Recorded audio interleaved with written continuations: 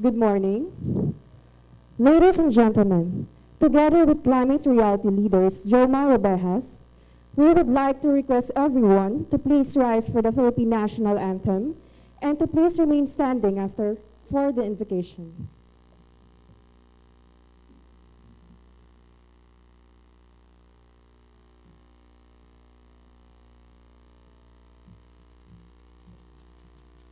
Ilaga, silangan, kanluran, timog, lupa, hangin, tubig.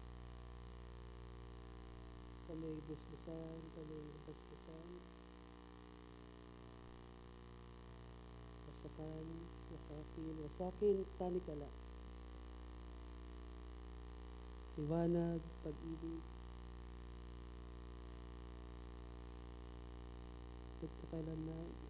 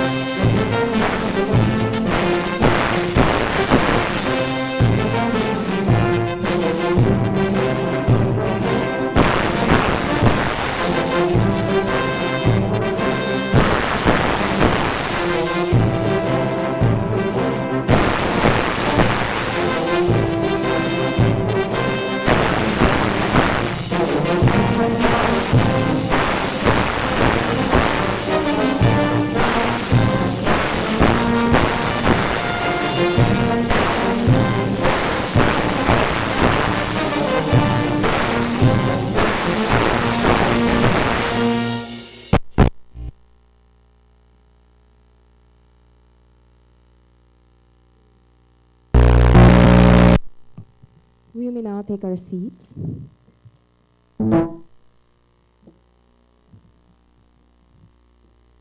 Good morning and welcome to the Climate Reality Project Leadership Awards. To formally welcome everyone and open this event, we would like to call on stage the Philippine Manager of the Climate Reality Project, Mr. Rodney Galicia.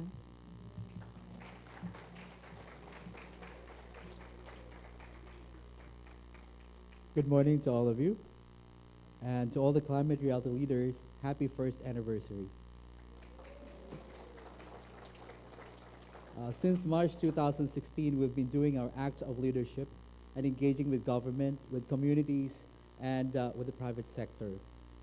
As Al Gore said this March in 2017, he'd been here last year, March 2016, of course, but this year, in March 2016, he told us the story of human beings and the planet. That before we had this agricultural revolution, and after that we have this industrial revolution, and that we realize that we've done something wrong. And after that kind of revolution, we had this technological revolution. And to make our lives easier, after technological revolution, we had these things put into this very, very tiny chip. Thus, we had this digital revolution. And afterwards, again, we realized that we have done something wrong.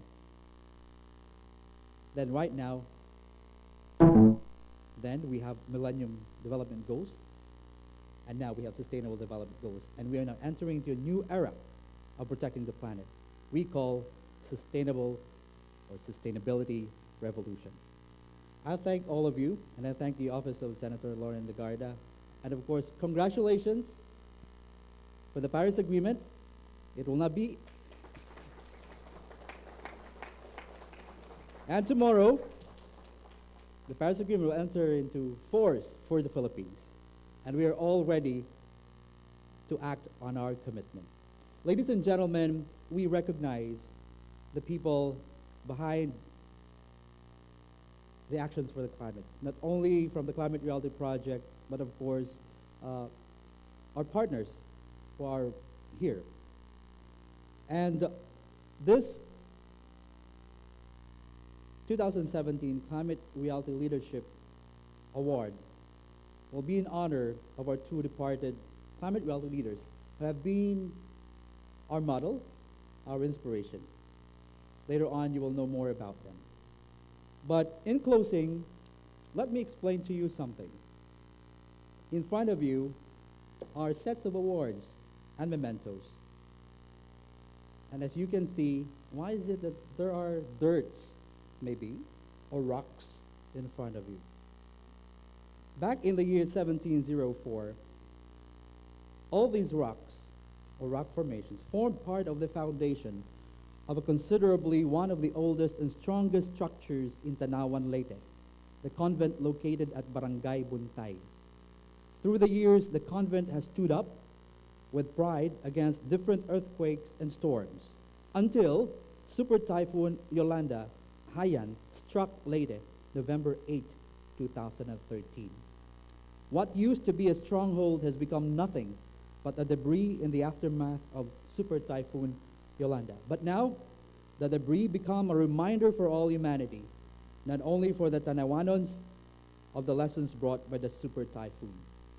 The recipients of the award will have now the freedom to put this rock wherever they want it to be put, in the garden, and their living room, because this memento, this award, is a living award with real live mosses, and perhaps there are many microorganisms there.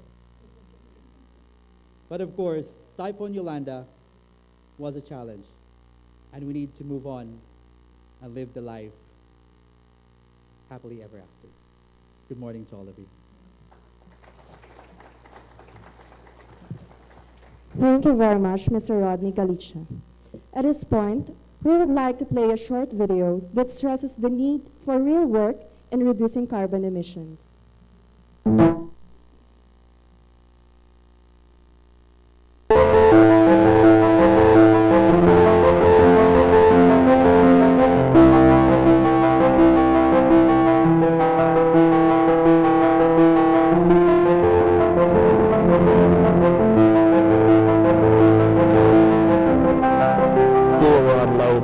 We all know that the climate crisis is here. We are all affected by it. और अगर ये हमारे ऊपर होता तो we would do something about it. In fact, some of us already are. People stage In our communities, in our businesses. We are doing our part.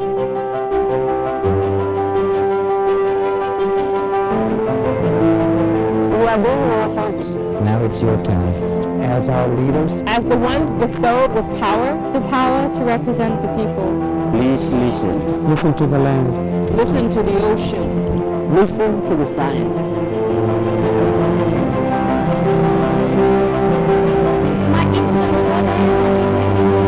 Actually, we have some demands. We demand that you protect what's left. Stop using fossil fuels. And when you do, The world will be a better place instantly.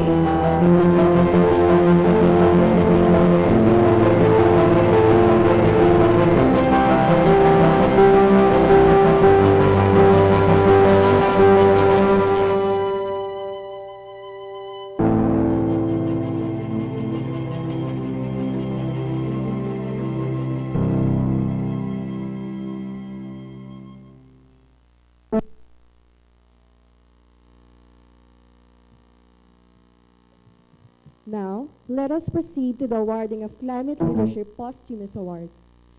The Climate Reality Project would not have made inroads without the selfless service and dynamism of two of our departed colleagues. In honor of their memory and to immortalize their significant contributions in pursuit of the mission of the Climate Reality Project, we present the Pillars of Climate Leadership Posthumous Award. To share with us the milestones of one of the first recipients of this award, may we call on stage Climate Reality leader Ms. Sheila Castillo, together with Mr. Oliver Agoncillo, Matthew Bombs, and Rodney Galicia.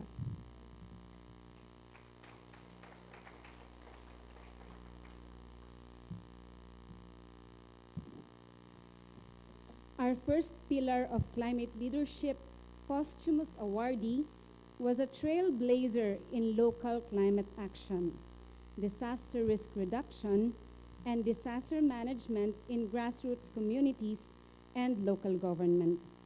He was one of the 4 Filipino pioneer climate reality leaders trained by Al Gore in 2009 and served as special advisor to the Climate Reality Project from 2009 until his death in May 2016. Friends, ladies and gentlemen, this Pillar of Climate Leadership Award is given posthumously to our beloved Councilor Miguel Kuya Mike R. Magalang of Buwak, Marinduque. To accept the award in behalf of late Councilor Michael R. Magalang, our wife Lyra, and family.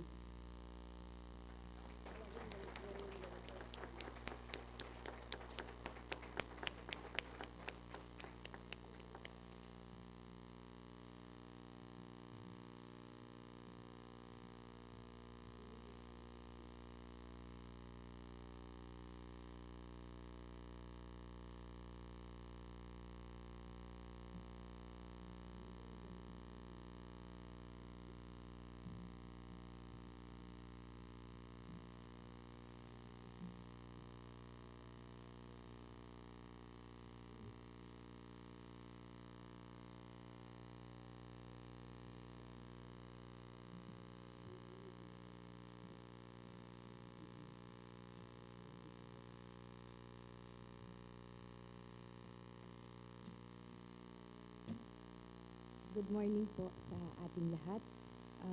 My daughter Ain and I and the family of my late husband would like to extend our heartfelt gratitude for this recognition and honor given to him. Thank you to the Climate Reality Project Philippines, especially to Mr. Rodney Galicia and its board of directors for recommending, endorsing, and giving recognition as the recipient of the Pillar of Climate Leadership Award to my husband.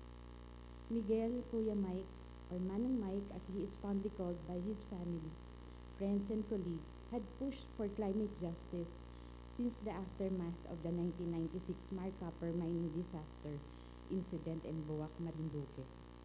His passion and commitment was reaffirmed when he participated in the Climate Reality Project training organized by Nobel laureate and former U.S. Vice President Al Gore on July 2009 in Australia. His colleagues then from the Philippines then were Mr. Rodney Galicia and attorney Persida Rueda Acosta, which he fondly tells stories to my daughter. From then on, he has been involved in various engagements in disaster risk reduction, climate change, and sustainable development. To name a few, he was involved as member of the official Philippine delegation to the Bangkok Intersessional Negotiations on Climate Change, UNESCAP, Bangkok, Thailand in September of 2009. He was the resource person to the International Conference on Publish What You Pay, organized by Christian Aid in 2008 in Montreal, Canada.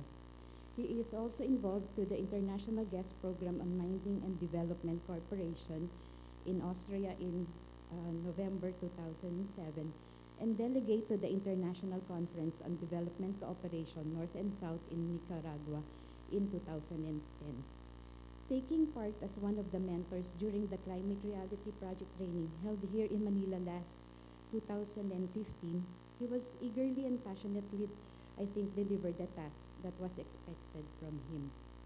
With these achievements and contributions, aside from the local municipal ordinances and resolutions he authored as municipal councilor in Buwak, Marinduque, we are very proud of the legacies he has left behind. Tomorrow will be his 11th month that we have lost him. Again, thank you to the people behind the Climate Reality Project Philippines. Good morning po.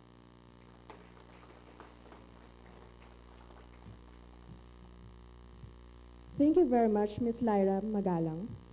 Our second pillar of Climate Leadership awardee hails from Western Visayas. To introduce the awardee is Climate Reality leader Rebecca Tandu.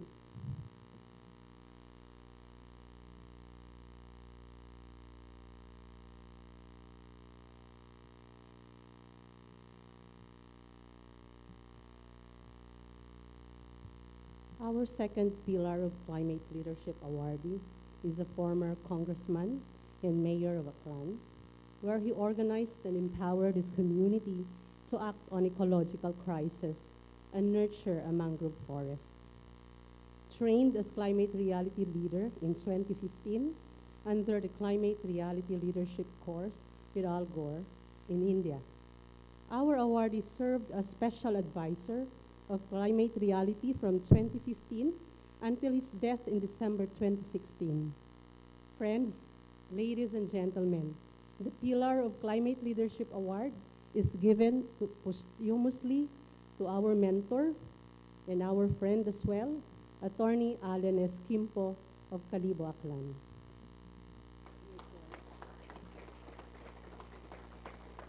To accept the award is Attorney Allen S. Kimpo's wife, Dr. Marian Kimpo, and family.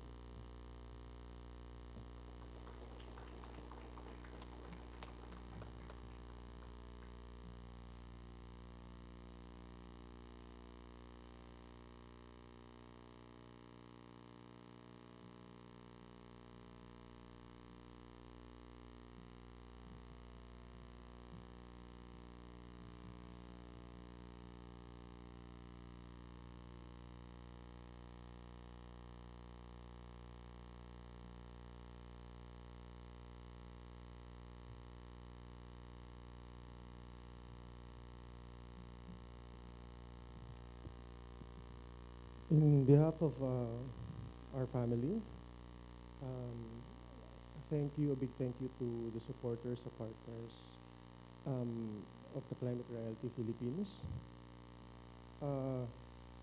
My father's spirit lives on with us, and it is manifested in the now named ASQ Bakawan Eco Park in Kalibo, as managed by his people's organization, Kasama. Someone once asked me what will happen to the mangroves if the sea levels continue to rise. Well, I said, I really don't know. But in our experience, in the last 25 years, instead of losing ground, we gained ground because we planted mangroves. From 50 hectares, we have now grown to 250 hectares, and annually we grow around 5 to 10 hectares. This is through soft reclamation done by these plants. And we hope our mission now is to blanket our coastal communities with mangroves. So someone once said, if you want to be remembered, plant a tree. I'm glad my father planted a forest. Thank you.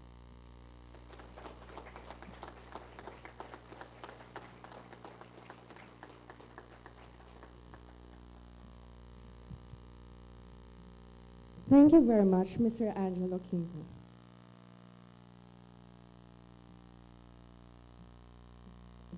Indeed, we are all inspired by the works of our Councilor Mike and Attorney Kimpo.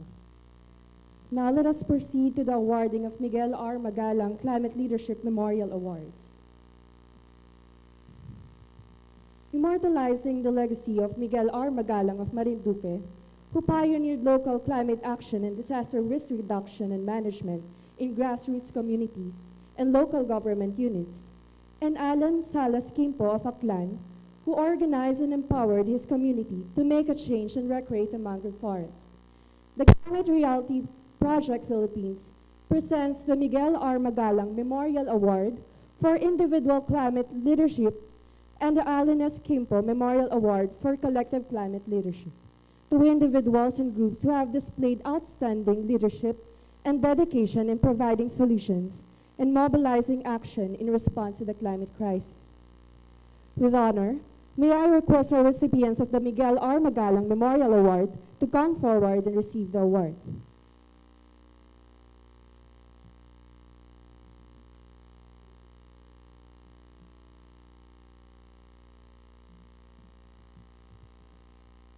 From Oriental Mindoro, by integrating climate action with sustainable agriculture, as an eco-farmer, may we call on climate reality leader Mr. John Sarmiento.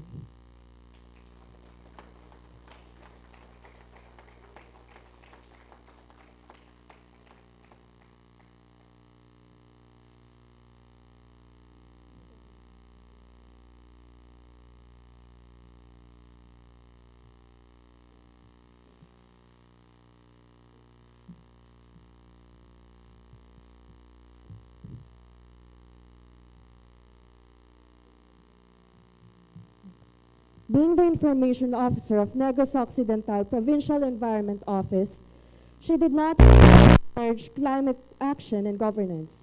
May we call on Ms. Olive Saruelo.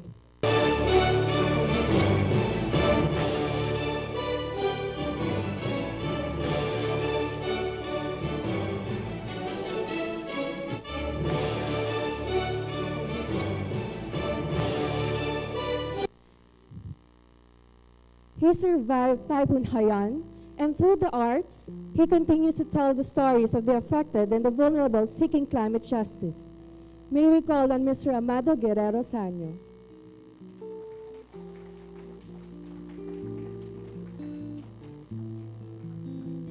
From Leyte, leading his fellow colleagues in the medical profession at the Philippine College of Physicians, reaching out to different sectors and communities, may we call on Dr. Jonathan Moses Hadlock.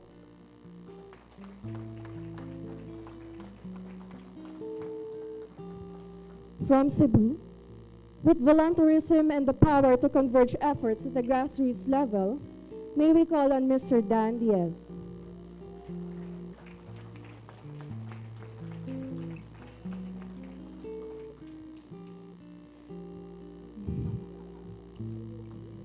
As educator at the De La Salle College of St. Benilde, his consistent climate leadership is truly an inspiration. On behalf of Dr. Anthony Levy Ingles, may we call on Ms. Lucky May Quezon.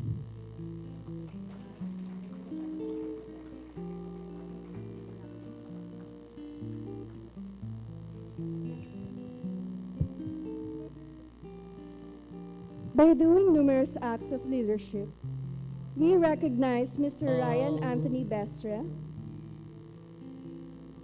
Mr. John Leo Algo, Ms. Beatriz Ann Dolores, and Mr. Ludwig Federigan.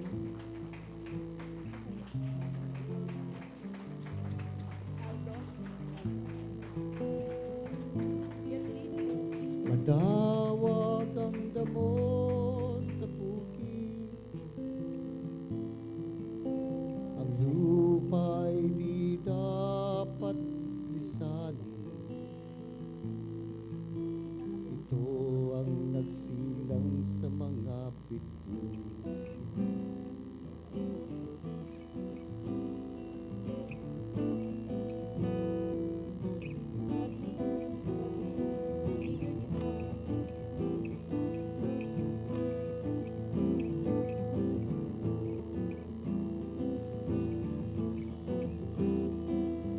Bulong at tuwa na pagmasdan na biyayang sa atin ay hindi sa lagubang na nagliliparan ay payapang nagyayabangan kay raming pangil. Thank you, awardees. And to speak on behalf of the awardees, please welcome Engineer Ludwig Federigan. Namamay sa mga puno at lungga, tinutokso mga naso ni Batalam.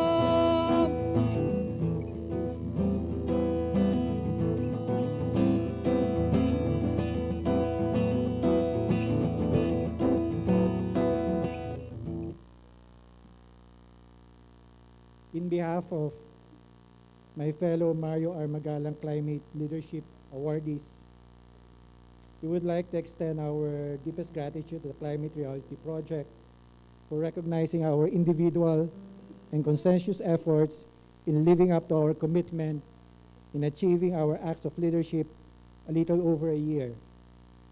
We extend our thank you as well to all those who have worked with us in this endeavor, from contacting various influencers to participating to enrich our knowledge of the science, both the facts and the truths about climate, and making numerous presentations and discussions on issues related to the climate crisis.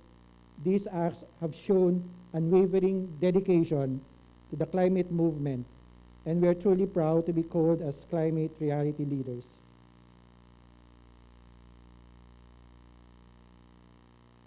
To my fellow awardees and to the climate reality leaders present here today, our work for the conservation, preservation, and protection of Mother Earth continues. As we celebrate Earth Day tomorrow, let our efforts be sustained in the coming months and years. Congratulations to my fellow awardees. This is our moment, and it's all down to us. Thank you very much. May God bless us all.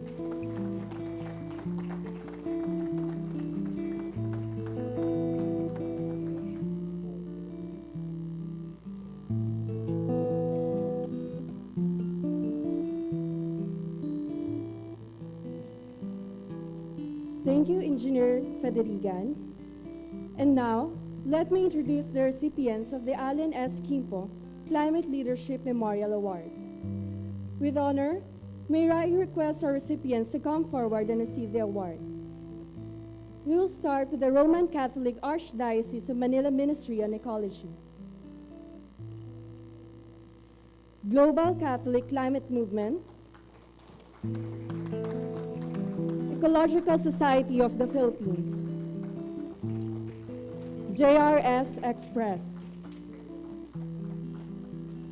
Dakila Philippine Collective for Modern Heroism, Greenpeace Philippines and Greenpeace Southeast Asia, 350.org and 350 Philippines, Philippine Movement for Climate Justice, Action Klima Pilipinas,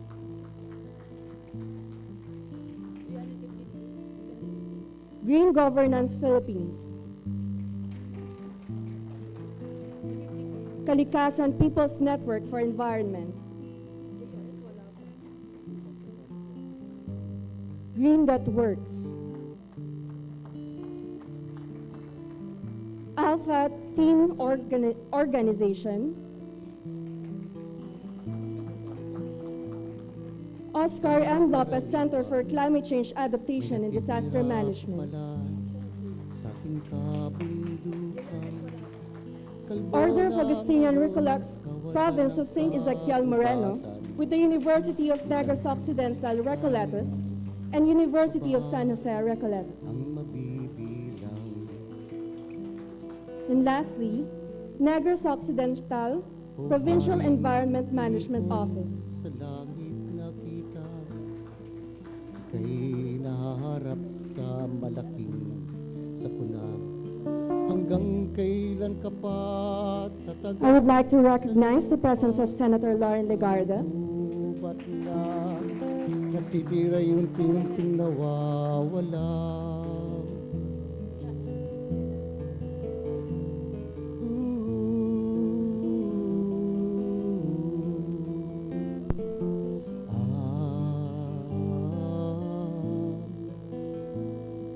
Martes ng umaga, tanghali na pala, makawi na nga't gutom.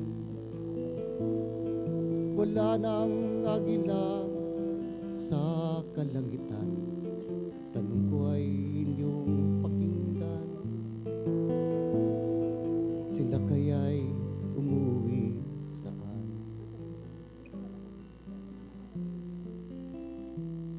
O haring ibon sa langit nakita, ika'y naharap sa malaking sakuna. Hanggang kailan ka pa tatagal sa lupa? Ba't na natitira unti-unting nawawala? Thank you, awardees. And to speak in behalf of the awardees, please watch the video message of Attorney Wilfred Peñalosa from Negros Occidental Provincial Environment Management Office.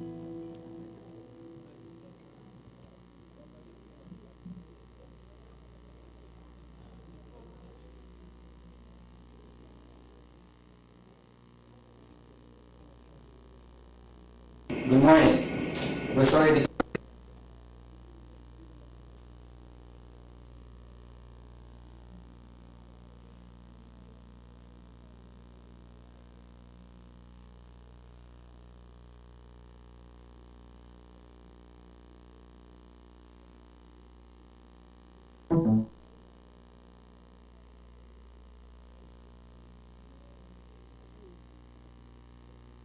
Good morning. We're sorry that we can't be there to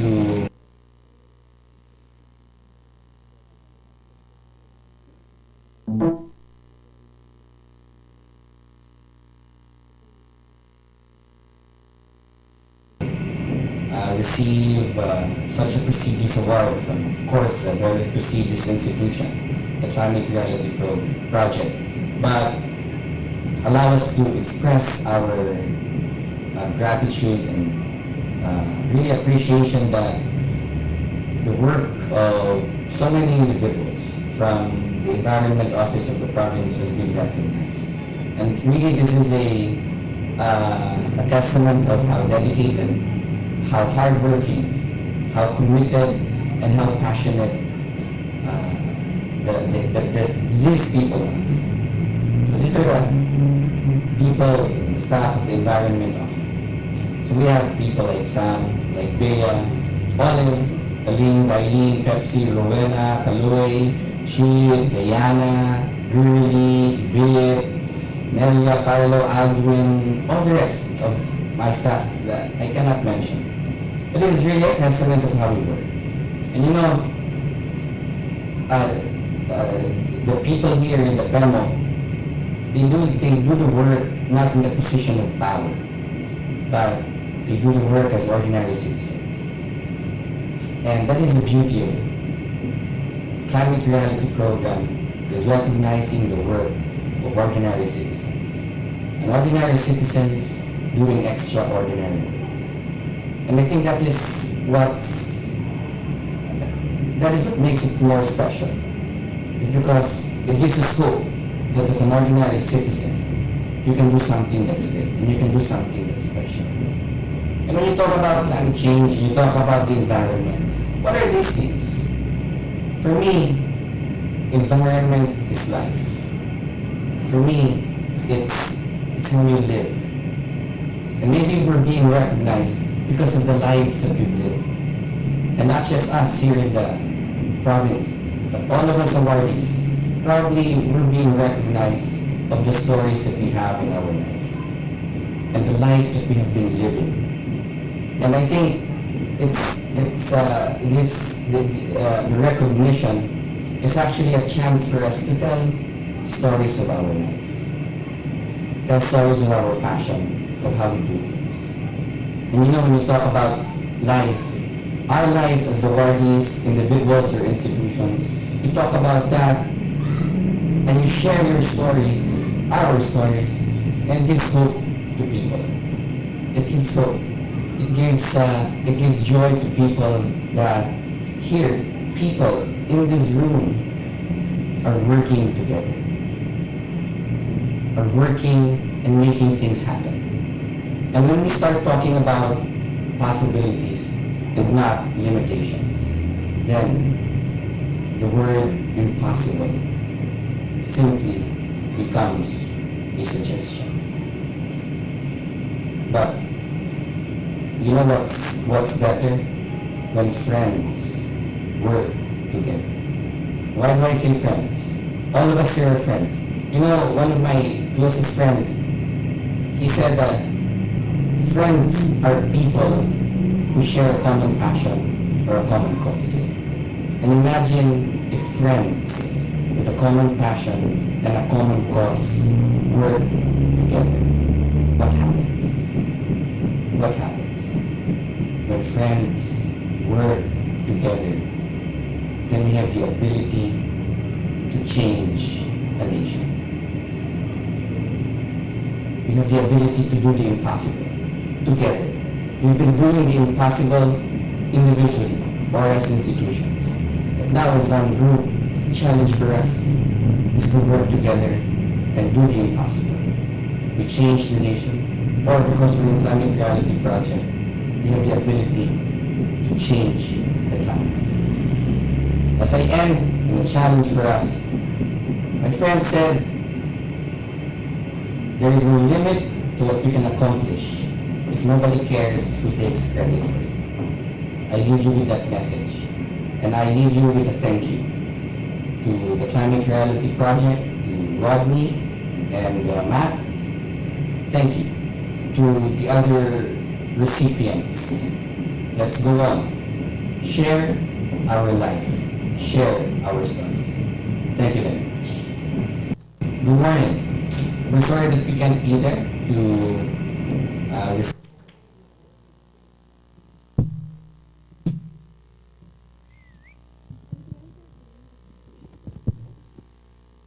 Hello.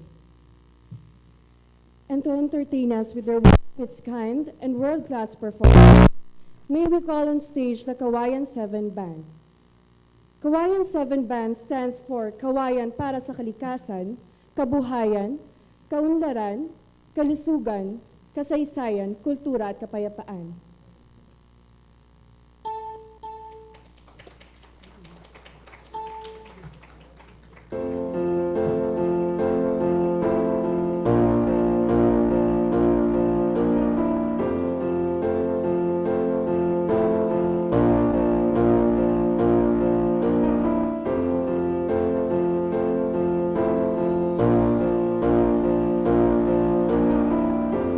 Imagine this, no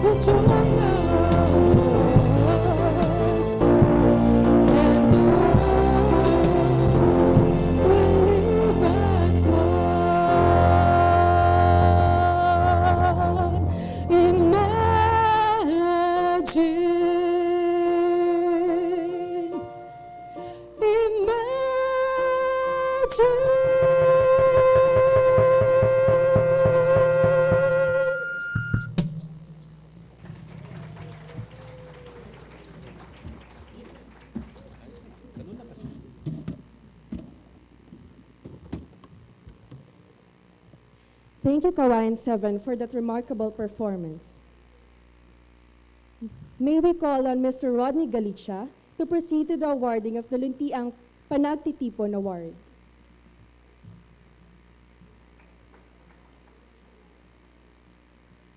Good morning again. For the benefit of those who are now here, I just would like to present to you our awards and the mementos to be given to the awardees. For those who are unable to comprehend why is it that there are stones here, I'll repeat right now. So again, back in the year 1704, all these rocks formed part of the foundation of a considerably one of the oldest and strongest structures in Tanawan, Leyte, the convent located at Barangay Buntay. And through the years, the convent has stood up with pride against different earthquakes and storms until Super Typhoon Yolanda or Haiyan struck Leyte last November 8, 2013. And what used to be the stronghold has become nothing but a debris in the aftermath of Super Typhoon Yolanda. But now, the debris become a reminder for all humanity in front of you, not only for the Tanawanons of the lessons brought by the Super Typhoon. So we will hand over these mementos as an award to the following. Panagtitipon is an Ilocano word for unity and convergence. This special award recognizes the outstanding collective effort and campaign of the Break Free movement, a global wave of people taking a stand against dirty energy. So may I call on the representative from Greenpeace Philippines and the Philippine movement from Climate Justice, Mr. Ben Mooney and Mr. Ian Rivera. May I call on Matt Bombs to award the memento.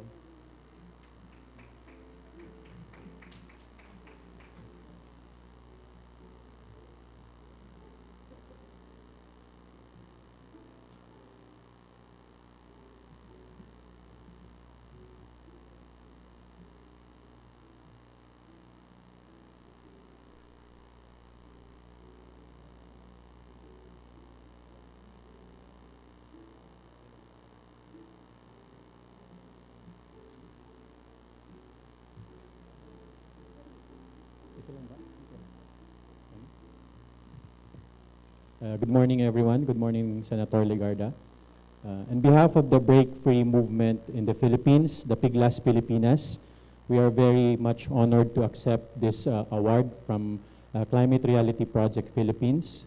Break Free is a coalition of more than 40 groups in the Philippines campaigning to end the fossil fuel era in the Philippines. So if you haven't known about this campaign, please take the time to know about this campaign and join us to break free from fossil fuels. Thank you.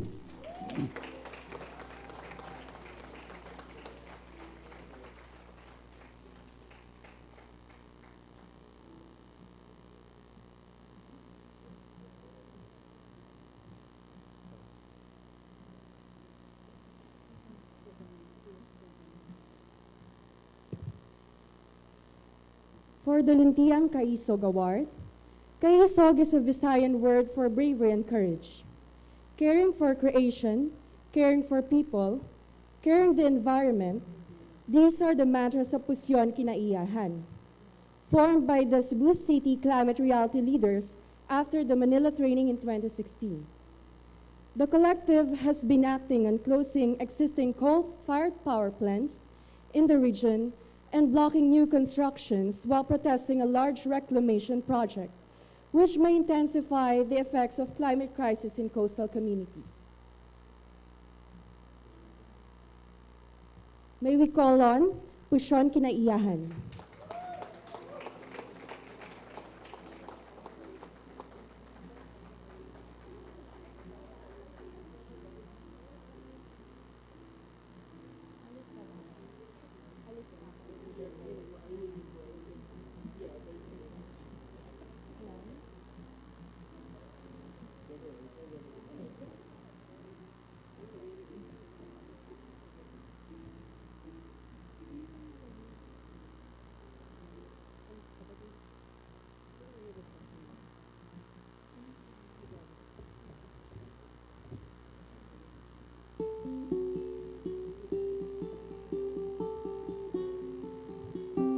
behalf of the Cebuanos and the rest of the Pusyon Kinayahan, who are really our grassroots partners who are affected in Toledo, in Naga, and in Sawang Calero. This has been achieved because of them. And we would like to thank Climate Reality Philippines for bringing us together and working to the grassroots, and they really say no to coal and yes to renewables. Thank you.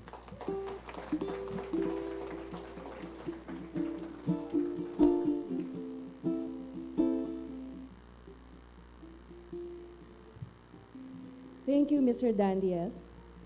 For the Luntiang Karay-Karay Award, in 2014, popularly known as Climate Walk, a group of people walked 1,000 kilometers for 40 days from Manila to Tacloban to send a message of climate action and justice, commemorating the first-year anniversary of Typhoon Haiyan. The following year, the same group led the People's Pilgrimage, who walked 1,500 kilometers for 60 days from Rome to Paris, calling for a climate agreement which is adequate, balanced, compelling, durable, equitable, and fair. Karay-Karay is a Waray word for the wavelets and ripples produced by the rapid downstream. May we call on the People's Pilgrimage and the Climate Walk. Di po bang walang magawa? Di po bang sawang-sawa ka na sa buhay? Ganyan ang piling nangyayari. Naglagi nakakulong sa bahay. Di sapat ang managinip na lang.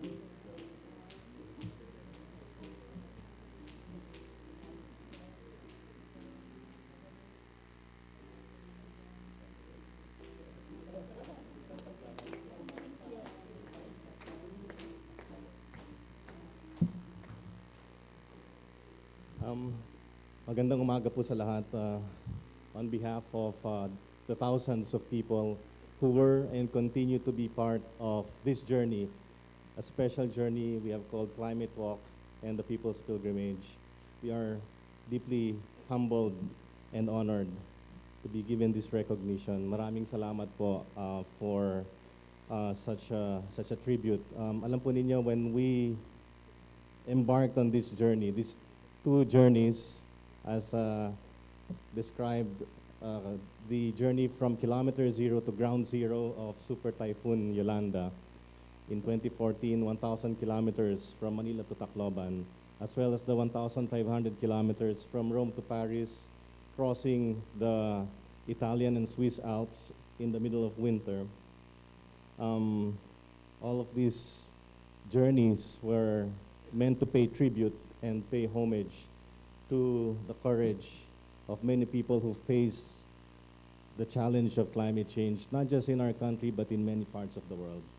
I also want to take this opportunity to pay tribute as well and honor Kuya Mike Magalang and Attorney Allen Kimpo.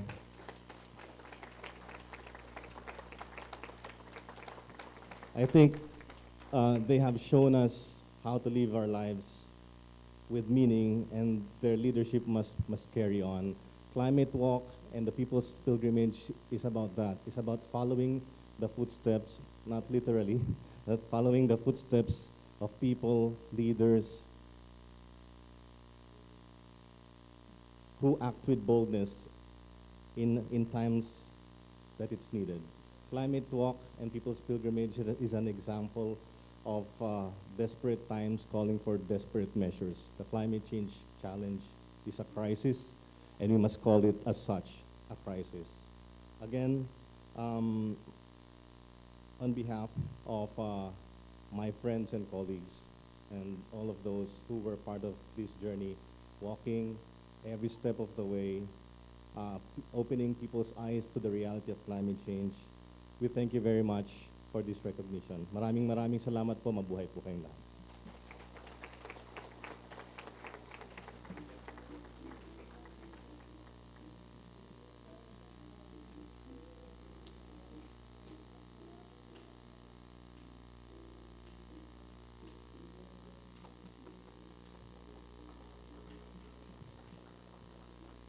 Thank you, Mr. Yeb Sanyo. Thank you, awardees. Now, let us welcome climate reality leader, Mr. Hermogenes Gacho of Dakila Philippine Collective for Modern Heroism for a spoken word presentation.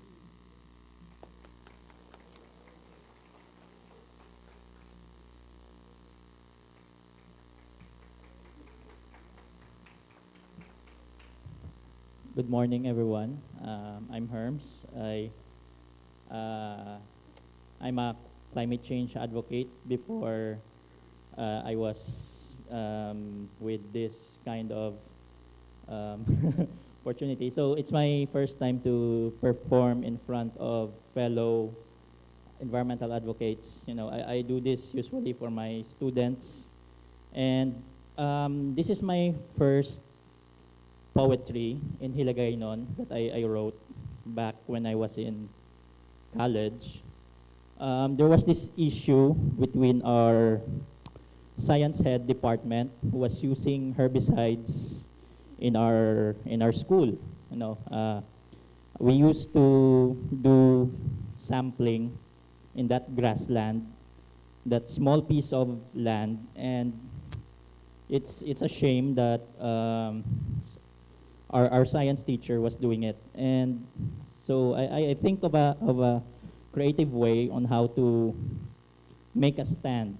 And I wrote a poem, so, and then I published it in our school paper, and it was effective, I guess, that our teacher eventually stopped what he's doing. So the title of this poem is Maisog. It's in Hiligaynon. I think I don't want to translate it into Tagalog. I was thinking back then to translate it to English, but I guess it will defeat the purpose, the authenticity of the poem. Si Purtong isa ka tawo nga tinuig kung magpaligo. Sa tuman niya kabaho, wala ga palapit biskan ido.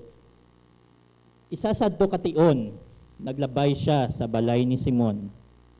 Baw, ang kahoy na malapit sa bubon, ubos, kalataktak, iya dahon. Pagpaligo niya sa suba, ang tanan nga mga isda, haruan man o kontilapya, bukog na lang pagbutwa. So the message behind this poem is,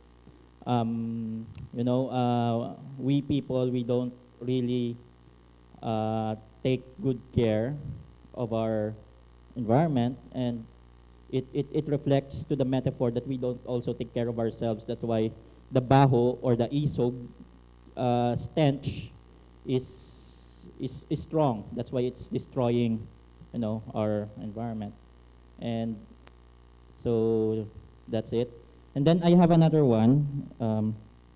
I did this way back in my iSTAND, or the Iloilo Students Alliance for Nature and Development Days. I made a speech for an event, and it's a climate change awareness campaign. So this one is entitled, We Are Living in Extremes Today. Okay, just wait, computer is not cooperating.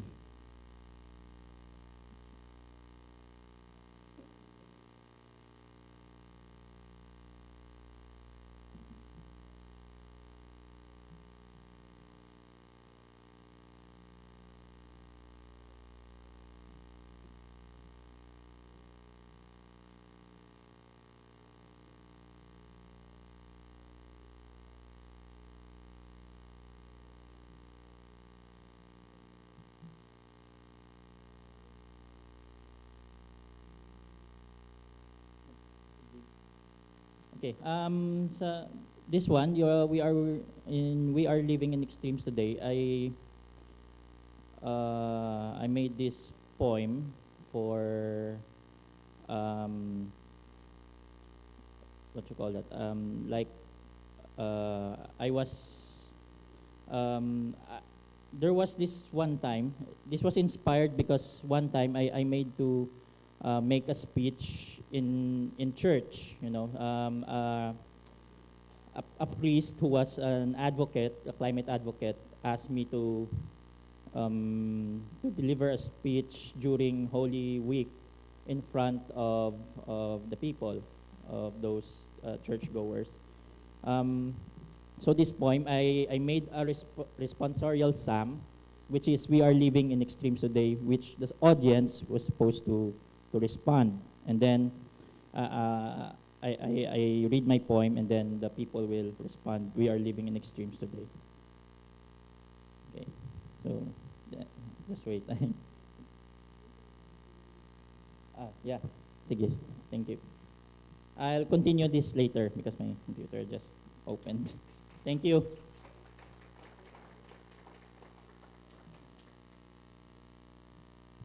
Thank you, Mr. Gacho. In 2016, the Climate Reality Project, through its chairman, former U.S. Vice President Al Gore, gave its first ever recognition to an outstanding climate reality leader.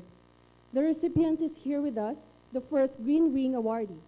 Please welcome Brother Haziel Tagoy Hakosalem of the Order of Augustinian Recollects to introduce the next set of awards, together with Mr. Bombs, Mr. Agoncillo, and Mr. Rodney Galicia.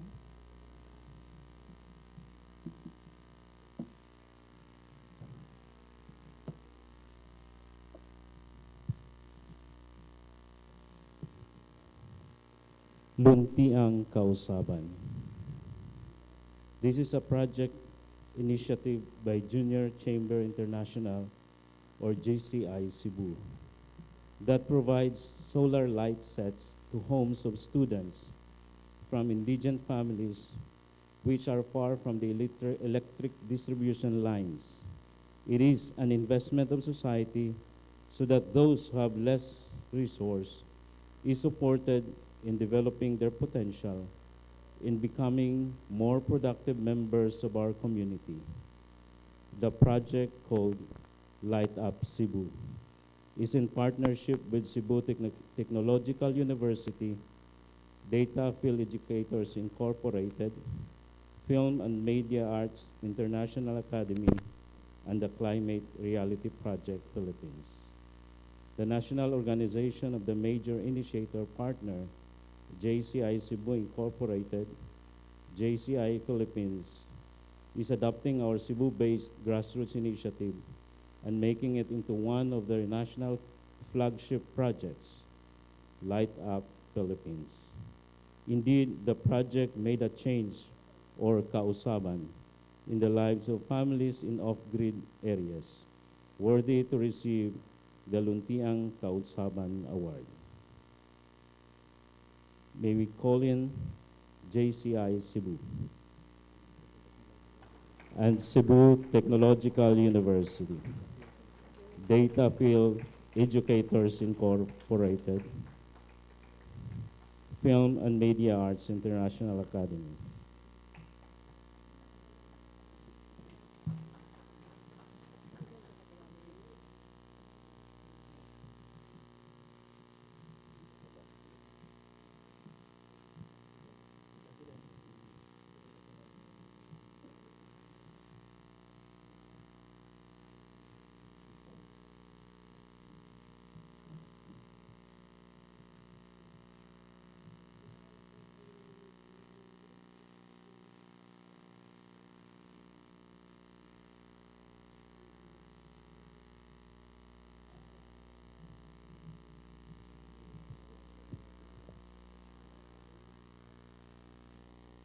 Unang-una, gusto naming pasalamatan ang Climate Reality Project. Sir Rodney, thank you very much for recognizing our efforts and the work that we've done. I would like also to thank our partners on this endeavor, DataPhil and Sun Magnet, Cebu Technological University, and Film and Media Arts. I believe that the problems in our environment right now is real, and the consequences affects all people, all ages, all social classes. all Filipinos. Our team believes that our responsibility to do something to mitigate this issue and the time to act is now. Again, thank you very much. Mabuhay ang JCI. Mabuhay ang Climate Reality Project. We're just getting started. Thank you.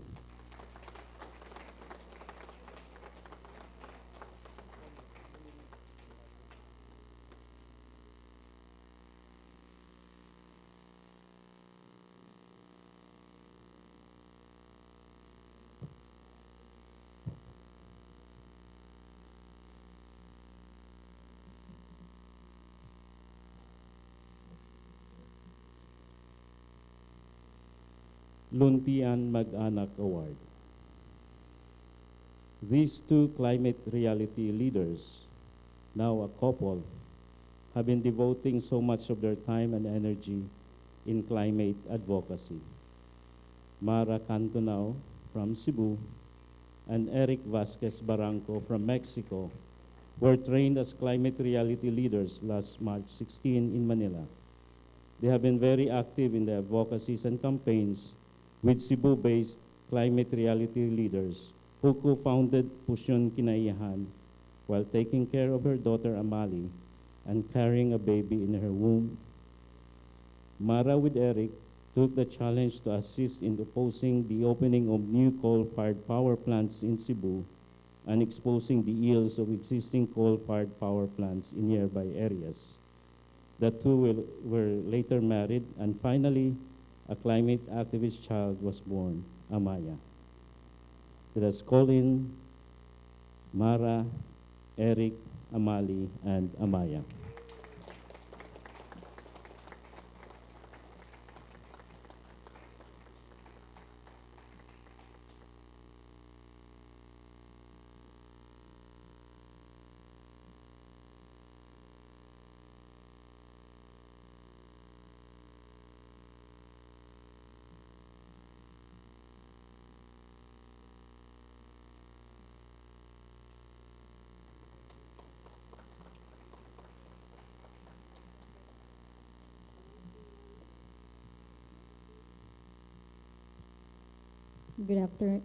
Good morning, everybody. May you allow me to share my thoughts on parenting in the age of fossil fuels.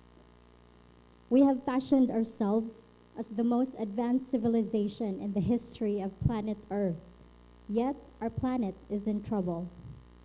The world is run by corrupted individuals whose main aim is to make money at the expense of the poor and of the environment.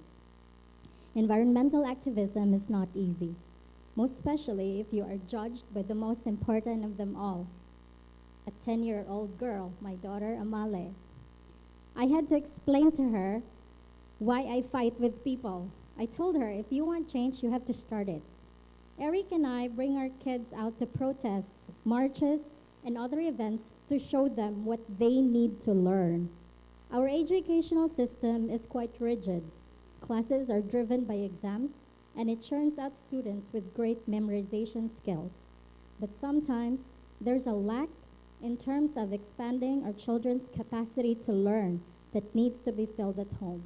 That's why we as parents, sisters, brothers, friends, need to hold the answers when the little ones come asking, why? And most importantly, we should be able to show them when they ask, what are you gonna do about it, Mom? Or what are you gonna do about it, Dad? As parents, how do we ensure a healthy future for the 7th generation? That's an easy question to answer. To ensure a healthy future, we must be able to live in tune with nature, in an atmosphere of creativity and peace, and to connect to spirituality. It's easy to say, but not easy to do. This era of fossil fuels plummeted us into the depths where catastrophes caused by climate change has become quite common. It's like when the super typhoons come, they bring the whole barangay with them. But thanks to enlightened organizations like the Climate Reality Project and individuals here and abroad who are working tirelessly 24/7, especially to our forever inspiration, former US Vice President Al Gore, The long-awaited shift from this cycle of darkness is already happening. Our family is not only the four of us. Our family includes all of you who are our inspiration and our comrades in this battle against fossil fuels. Thank you very much to Climate Reality, to Rodney, to Bea, and now Matt, for your hard work and support. Daghan kayong salamat, many thanks to our homegrown organization, Pusyon Kinaiyahan, or the Alliance for the Earth, the descendants of Lapu-Lapu of Cebu, who are now tasked to lead the great shift in consciousness in our vibrant island of Cebu. Let us ascend out of this age of fossil fuels to journey toward a golden age powered by renewable energy. Padayon ta sa pag-break free.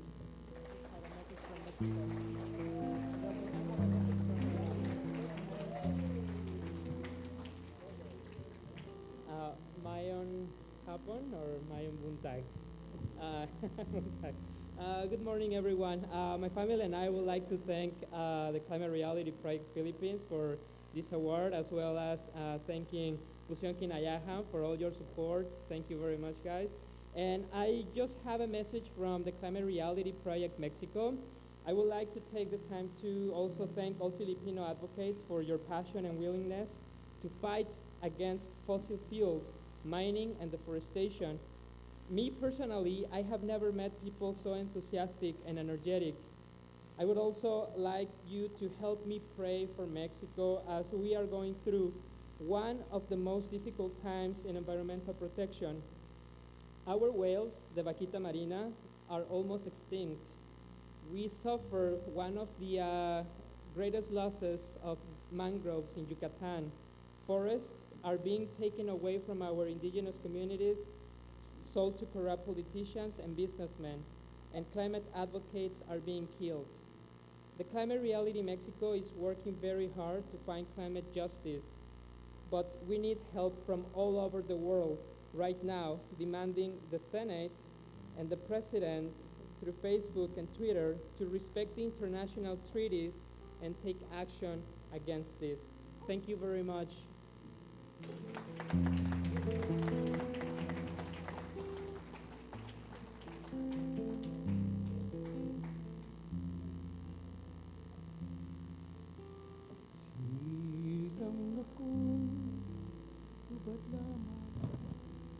Luntiang Dahon Award.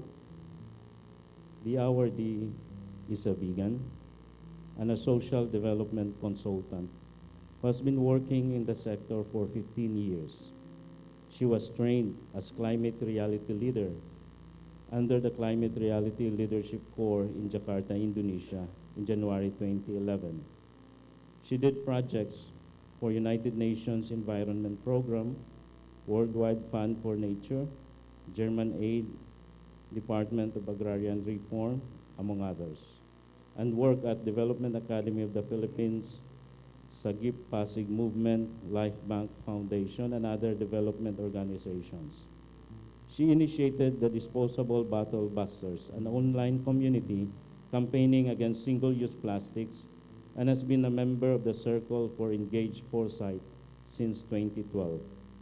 In November 2016, she completed a 26-month engagement as the project team leader for monitoring, evaluation, accountability, and learning at the Haiyan Recovery Program for Iloilo of Philippine Red Cross and British Red Cross. Symbolized by the Filipino word dahon for leaf, the Luntiang Dahon Award is hereby given to Ms. Sheila Castillo for her outstanding sustainability efforts.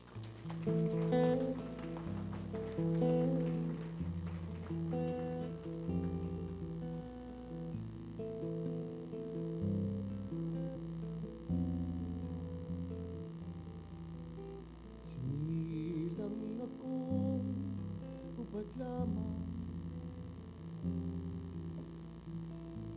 Magandang umaga po. Nagpapasalamat ako sa pagkilala sa buhay, no? Dito sa isang maiksing pagdaan sa ating ina sa buhay na ito. Kaya po ako nagpapasalamat sa buhay na to dahil para sa akin, ang pagkilos para sa inang kalikasan ay hindi po nagsisimula sa rally o kaya ay sa blog post or sa Facebook. Hindi ito nagsisimula sa mga ginagawa natin na tinatawag natin na climate action. Para sa akin, ito po ay ang buhay natin mula sa ating pagkagising, ang pagkilala sa ating inang kalikasan, sa kanyang mga binigay sa atin, at pagsasauli sa kanya sa lahat ng ating mga ginagawa araw-araw. Nagsisimula po ito sa agahan kung saan ang ating kinakain ay dahon, no? Gulay, na, at para sa kalusugan ng ating katawan, kalusugan ng ating inang kalikasan. Nagsisimula po ito sa mga ginagawa natin sa ating buhay at hanap buhay, sa mga ginagamit natin sa bahay, sa kung paano tayo nagbabiyahe papunta sa trabaho, ano ang mga ginagawa natin sa ating mga anak para sila'y mulatin, ang ating suot kahit po galing sa ukay-ukay. Para sa akin ito ay hindi po maihihiwalay sa ating pagkilos para sa inang kalikasan. Ito po ay hamon sa ating lahat. At lahat tayo ay may kapasidad na magdesisyon araw-araw, maya't maya, bawat minuto, kung ang gagawin natin ay para sa inang kalikasan o hindi. At yan po ay iniiwan ko rin sa inyo na hamon na alalahanin natin. Let us be mindful, alalahanin natin sa araw-araw, sa bawat segundo ng ating buhay, na hindi po nahihiwalay ang ating pagkilos. Tayo po mismo ang dapat nagiging mensahe, no? The messenger is the message. At ipakita po natin, hindi po sa kahit anong bagay, kundi sa pagsasabuhay. Maraming salamat po.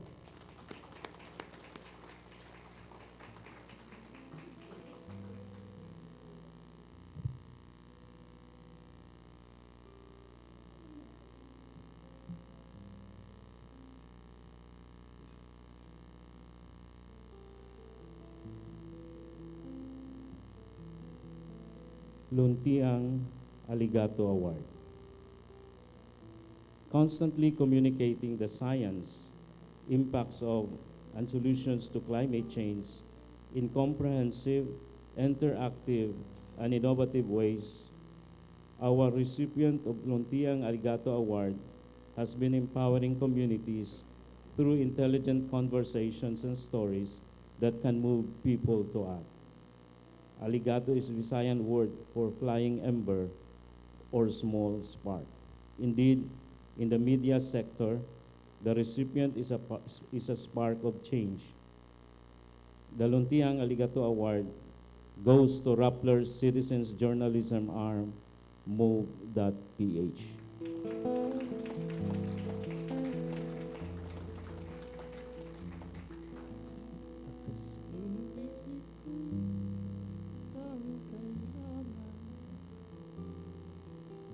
Paligid ko'y puno ng likas na kayamanan.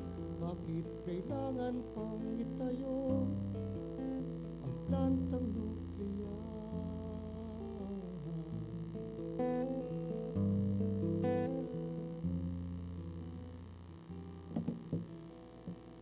Gandang umaga po. Gandang umaga. Our CEO and founder, Maria Reza, sends her regrets. She was not able to attend this prestigious event. She's currently in the US attending a Facebook convention, but I was able to get her to send us a video message in between her meetings. I think we prepared the video message already.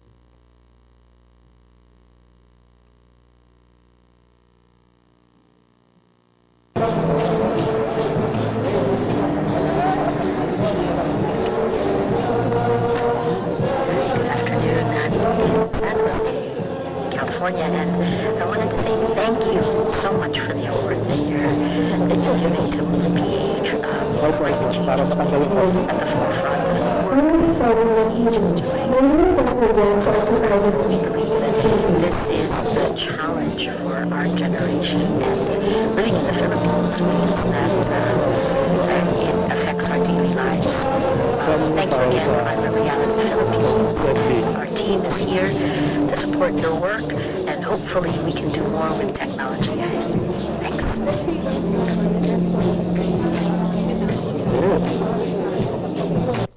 Medyo literal po yung I caught her in between meetings kasi nagda-drive pa po siya eh. So anyway, maraming salamat po. Move PH will always be here to tell your story. Salamat. Mabuhay po kayo.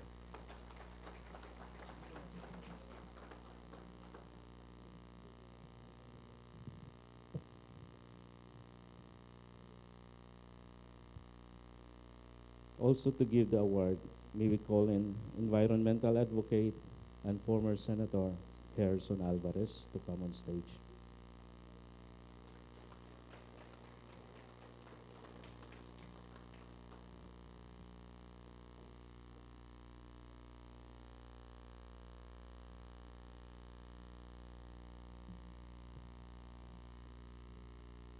Luntiang Kapawa Award.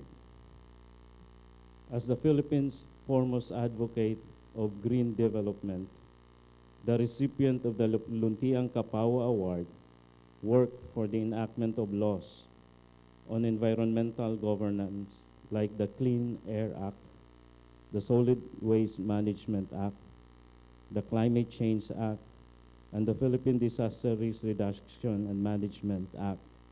And in 2008, the UNISDR appointed her as its regional champion for disaster risk reduction and climate change adaptation for Asia and the Pacific during the third ministerial conference on disaster risk reduction held in December 2008 in Kuala Lumpur, Malaysia. The French government also recognized her commitment to the fight against climate change and to the promotion of culture and heritage. She was named Chevalier by the National Order of the French Legion of Honor for her invaluable contribution in strengthening the bilateral ties between Philippines and France. She is indeed a bright light, Kapawa, an inspiration to both young and old. Kapawa is a Hiligaynon word for light. Instrumental in shepherding the concurrence of the Senate to the Paris Agreement and in guiding the Climate Change Commission after President Rodrigo Roa Duterte signed and transmitted the instrument of accession to the Paris Agreement, the Climate Reality Project recognizes the leadership of Senator Loren Legarda in bringing up the level of climate conversation and action in governance. May we call in our awardee, Senator Loren Legarda.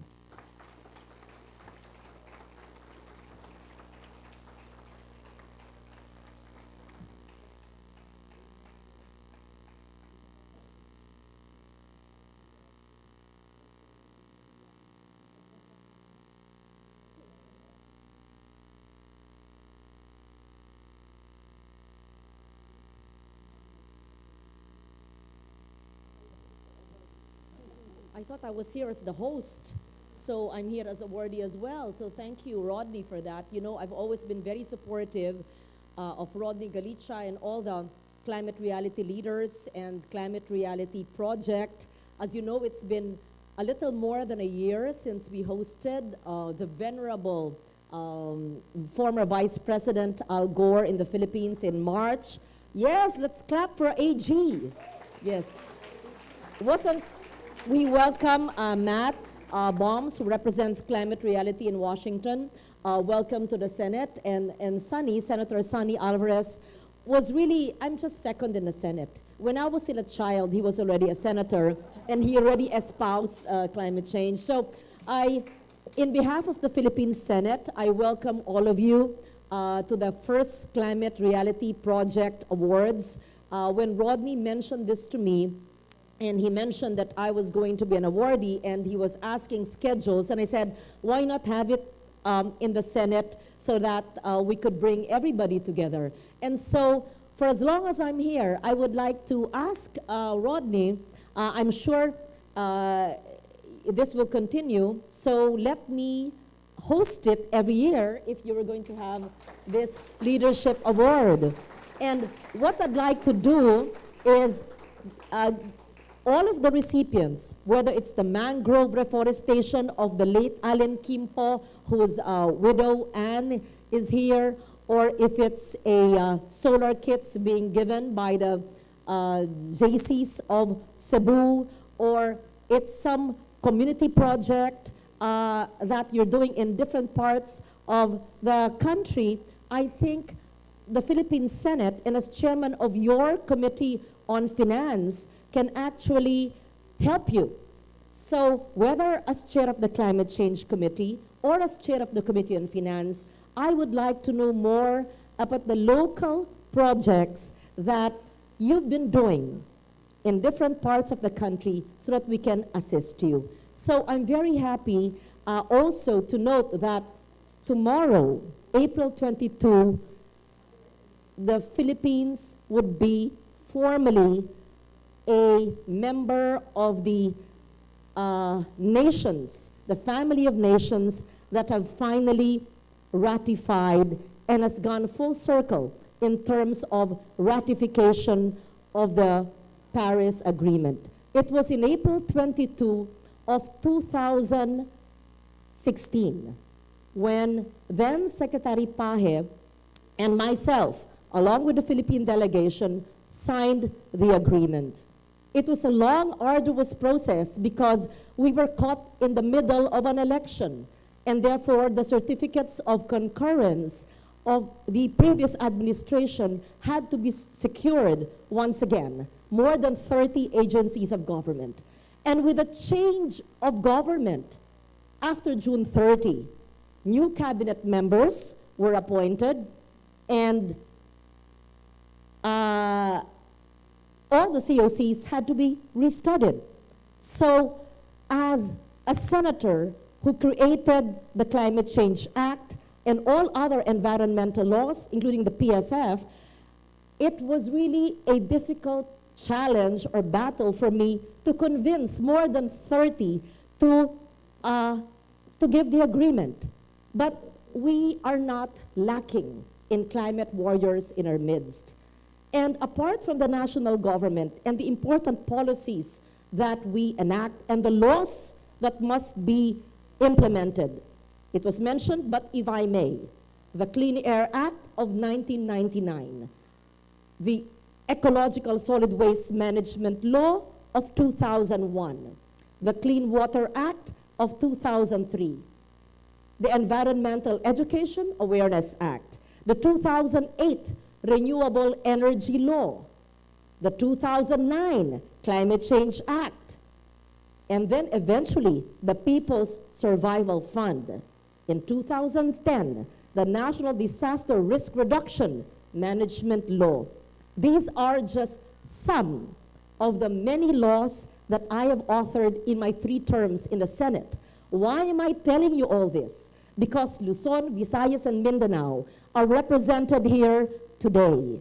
And we are represented by CSOs, POs, and climate leaders like Yeb Sanyo, who was previously one of the commissioners of the Climate Change Commission, who now heads Greenpeace. And I told Yeb that, yes, Greenpeace, Southeast Asia, and my office and Climate Reality could work together. So we need all of you to be able to push forward all the laws that we've authored.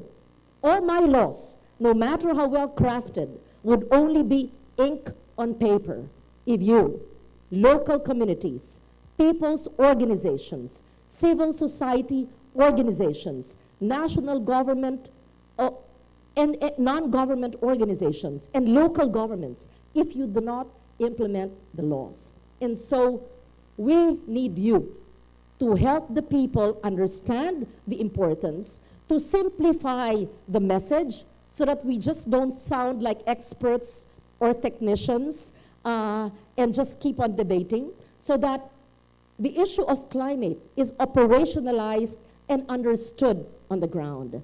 And that is the reason why the Climate Reality Project is very instrumental in trying to simplify the laws that I have authored in my 3 terms, so that our communities in the hinterlands, in the mountains, in far-flung barangays, in island municipalities, understand and benefit from the laws that we've authored. So this is just the beginning of a long journey for all of us, as we have acceded finally to the climate agreement, despite all odds. And odds is capital O, capital D, capital B, capital S. It was not easy as your climate warrior to convince everybody, because I can tell you there are still climate deniers and those who try to dilute the Paris Agreement. But hindi po tayo matitinag. Patuloy natin ipapaglaban ang ating pag-uusad ng ating pagprotekta sa ating mga mahihirap na kababayan na siyang unang naaapektuhan ng pagbabago ng klima. Maraming salamat sa inyong pagdalo dito sa Senado, at sana ay pagpatuloy po ang ating pag-uugnayan para protektahan ang ating mga katutubo, ang ating kababaihan, ang ating mga kabataan, ang ating mga senior citizens at mga differently abled, tayong lahat, para sa isang mapayapa, isang resilient planet sa ating lahat. Happy Earth Day. Thank you very much.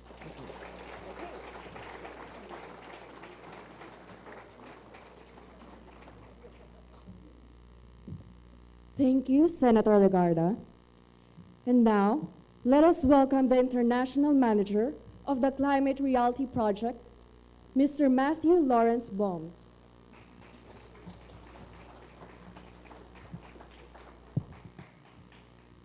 Thank you, everybody. It's great to be here. I wore my bagong, but Rodney wore his suit, so we're switching roles, you know. I've been here for about 10 days, and I really feel inspired. And I'm looking around the room at a lot of people that I've met in this time. I guess I have a very simple message for everybody. Has anyone seen An Inconvenient Truth? Maybe you could raise your hand if you have.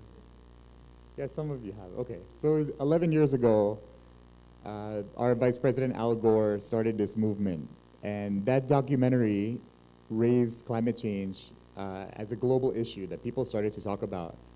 And now, 11 years later, I'm inspired by this movement that has begun. And it's not to say that this wouldn't be happening without Climate Reality. You know, we're not taking credit for any of this. But what is happening is we've trained 11,000 climate reality leaders around the world. And this is no small task. The result of this work is now 11,000 people are actively spreading knowledge about the climate crisis around the world. These numbers are growing. So this global movement, I think, is not represented anywhere in the world like it is in the Philippines. The work that you're doing is mind-blowing, it's inspiring, and we've taken a lot of notice from the US. I think this is really the one crisis where the Philippines is leading the rest of the world, and we all have to follow in your footsteps. So I'm humbled when you go to a place like this beautiful mangrove project where a small community started planting a few trees, and now you have 2 million mangroves that have taken over and reclaimed the land. You know, that's an example that people should take with them back to their home, and really, we need to remember that this gift, this planet that we have, it is a gift. You know, it's not endowed to us. It's not something that we should take lightly. We've been using it. We've been pillaging its resources. But this is a chance for us to go back to our roots and to go back to nature and to restore the ecological balance of the planet. So I'll close with just telling everyone that this year in July, an Inconvenient sequel will be coming out. So 11 years after the original movie, now is the sequel. The Philippines is featured predominantly in the movie, more than any other country. So I hope everyone will have a chance to see it. I think it's symbolic of the work that you're doing here in the Philippines and the leadership that you're showing for the rest of the world. Thank you, everybody. There's always going to be setbacks, but I think the important thing is that you're showing us the light and you're showing us through your example of how we can solve this crisis. Thank you.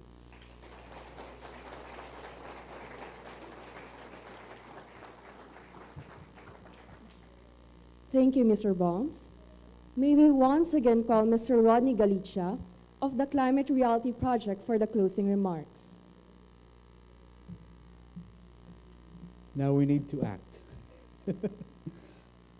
I would like to recognize the presence of the Consul of the Republic of Fiji, the Vice Chairperson of the Climate Change Commission, Secretary Vernice Victorio, the Consul of the Republic of Fiji, Jesus Pineda.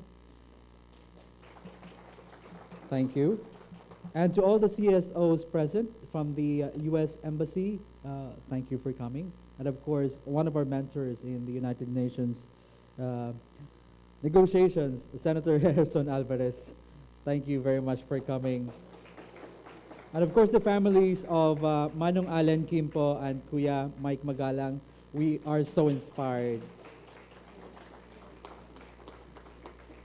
Our mission with the Climate Reality Project is to catalyze a global solution to the climate crisis by making urgent action a necessity across every level of society.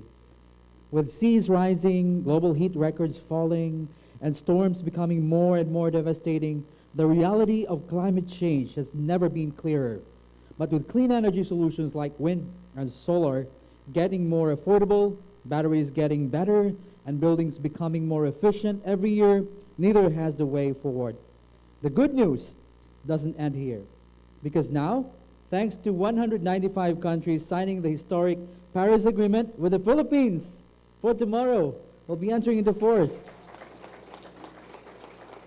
To cut greenhouse gas emission planet-wide for the Philippines, 70% reduction, conditional, and we'll make it some of the percentage unconditional. We will do it. Senator Lauren, we can do it. And the world is united in working for a safe and sustainable future with net zero carbon emissions by the second half of this century. And we're striving to 1.5 degrees. At Climate Reality, we're here to ensure it gets there. And we're working to accelerate the global shift from the dirty fossil fuels, driving climate change to renewables so we can power our lives and economies without destroying our planet. But we can only do it together. That's why we're uniting millions from all corners of the globe and all walks of life. Here in the country, we have 580 climate reality leaders, including Kuya Mike and Attorney Allen, because they're still here. Walks of life, factory workers and farmers, teachers and taxi drivers, students and shop clerks, and more, to make our leaders honor and strengthen their commitments to climate action that they made in the Paris Agreement. Ladies and gentlemen, stopping climate change is the challenge of our time. But we know how, and thanks to the Paris Agreement, we have the tools to do it. The sustainable future we want is finally in our hands. And at Climate Reality, we won't let it slip away. And tomorrow, please join us in Quezon City Circle, in Luneta Park, at the circle where Lapu-Lapu is. We'll be celebrating Earth Day, and we'll march for science and Earth and mercy to Earth. And of course, on the 23rd, don't forget, we have the Mr. Philippines Earth candidates here. And on Sunday, they'll be having their competition, and they will be committing in their own provinces and make their provinces commit to reduce their carbon emission. And to all of us, to my colleagues in the Climate Walk and the People's Pilgrimage, again, all together, we will walk together to attain a sustainable future. Again, ladies and gentlemen, thank you so much, and let's act together.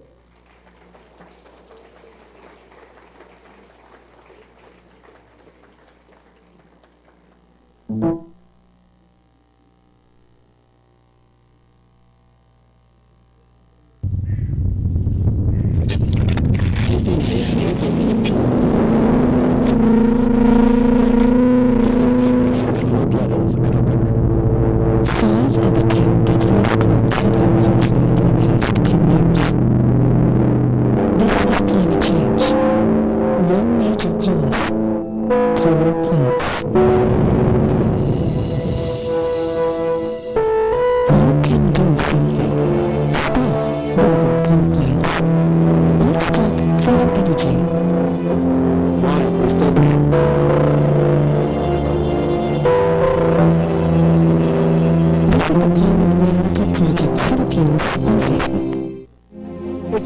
be 70 degrees today. It's freezing here.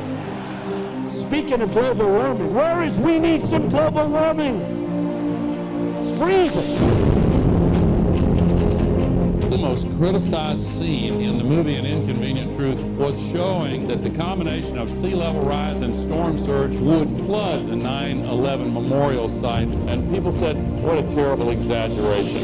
Hurricane Sandy slammed into New York City last night, flooding the World Trade Center site. Storms get stronger and more destructive. Watch the water splash off the city. This is global warming. I feel so scared. Despair can be paralyzing, but this to me is the most exciting new development. We're seeing a tremendous amount of positive change. The basis is there, but it's still not enough. It's crunch time at the climate change conference in Paris. Still some really tough negotiations going on. What would it take to shift to renewables? I'm talking about breaking the impasse. Virtually every nation in the entire world agreed to get to zero greenhouse emissions. It is unprecedented. It's time to put America first. That includes a promise to cancel billions in climate change spending. Our plan will end the EPA. The next generation would be justified in looking back at us and asking, what were you thinking? Couldn't you hear what the scientists were saying? Couldn't you hear what Mother Nature was screaming at you? This movement is in the tradition of every great movement that has advanced humankind. We're not going to recognize it. We don't want to discuss it. It is right to save humanity. It is wrong to pollute this earth. It is right to give hope to the future generations.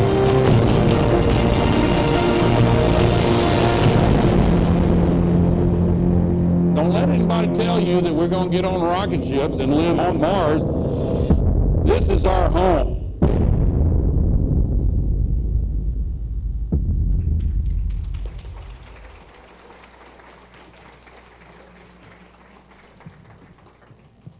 We now proceed with a press conference about the Paris Agreement's entry into force for the Philippines on Earth Day and the importance of the treaty to the country and to the world.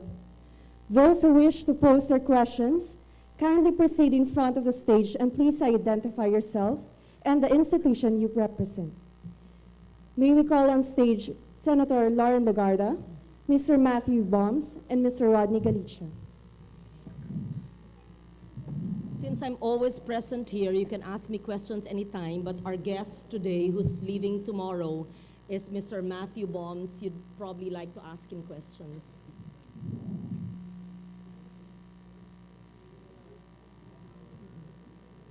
Or if all the presentations were very clear, there's no need for a press conference, and you taped everything, then we can all have lunch. That sounds better, right?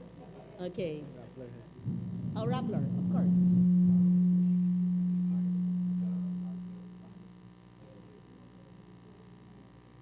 He'll answer that.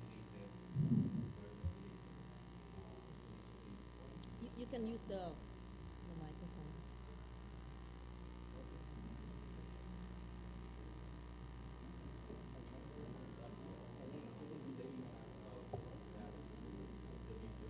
To the Philippines, to vulnerable countries in terms of funding and sustaining the commitments under the Paris Agreement. Maybe Rodney can help. The question was about the U.S. cutting funds for climate change and climate finance, helping countries like the Philippines. So yeah, in the last few months, there have been some executive orders that were announced in the U.S., mostly on coal power plants. Yeah, economically, coal is not as feasible as it once was in the United States. Renewable energy has exponentially gotten cheaper in the last decade, and that's a main feature of the film that's coming out.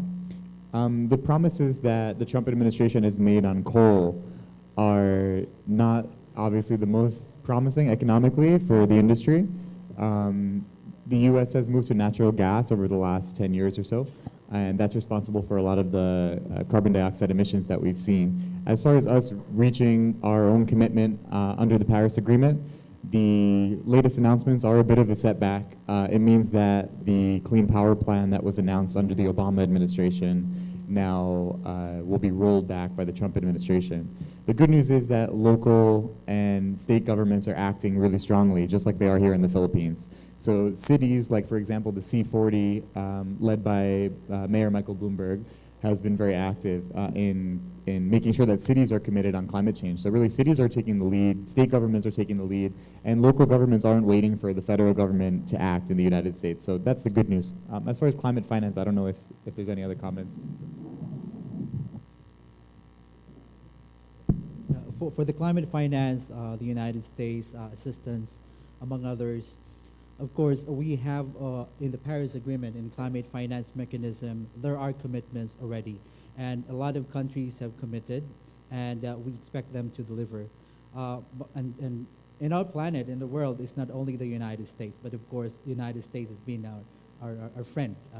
But the whole world is also, all countries are also all our friends. And they're willing to help and extend assistance to everyone who needs financial and technical assistance.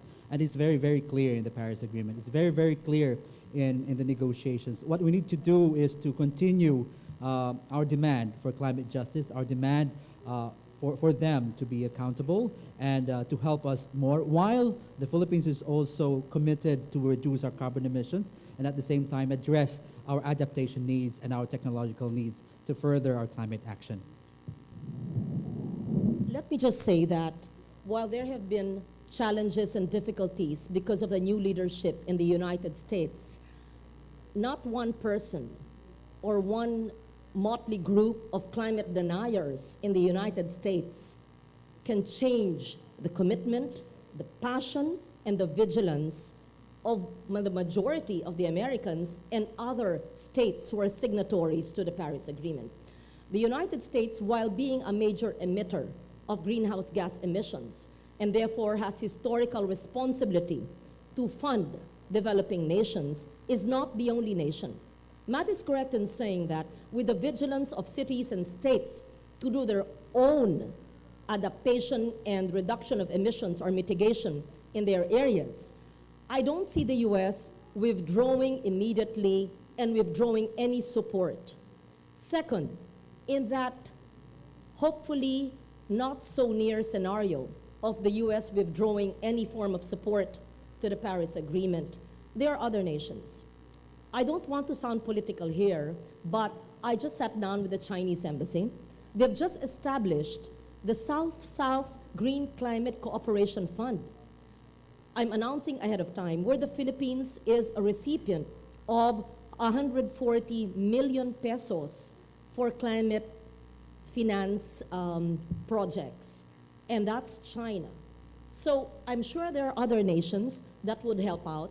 Of course, the US and the intransigence of the climate deniers could be irritating, to say the least, but I think this can be overpowered by the passion, the conviction of AG, of former Vice President Al Gore, and all the other Democrats and even Republicans, and even beyond the politics, who can counteract the negativity of the climate deniers. I hope I'm not sounding apolitical. I forgot that we have someone from the US Embassy here.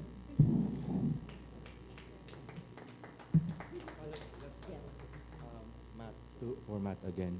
I recall the former Vice President met with then President-elect Trump. What happened after? What did they talk about? And then, given that you will be releasing the sequel to The Inconvenient Truth and apparently critical of the Trump administration, what's the exact relationship now between climate reality and the Trump administration? What are you working on with Ivanka, for instance, who is saying that she's advocating for some climate-related efforts?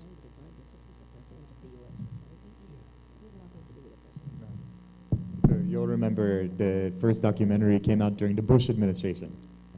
So there's been ups and downs, you know. The message of this documentary that's coming out this year, Al Gore was pretty instrumental in the civil rights movement. He grew up in that movement. there have always been setbacks and there have always been peaks and valleys, right? The importance isn't who's occupying the White House. It's where is the movement, you know? Where is the support for fighting climate change? And that's where our focus has been. So we haven't really shifted the strategy of what are we going to do now that Trump is president. No, I mean, we already have 11,000 active climate reality leaders. We have 11 offices around the world. We have Al Gore spearheading this movement. We don't feel like we need to, now we need to change our game because there's a new president. You know, there's still plenty to be excited about in the US and around the world.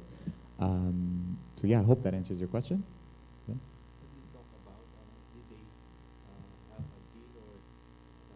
So what did they talk about? It's actually in the film, so I don't want to give it away.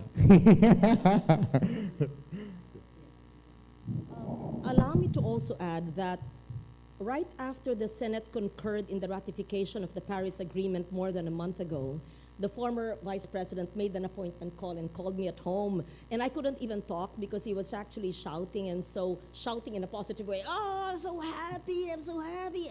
I couldn't say much about he kept on repeating for 5 minutes. He was just ecstatic.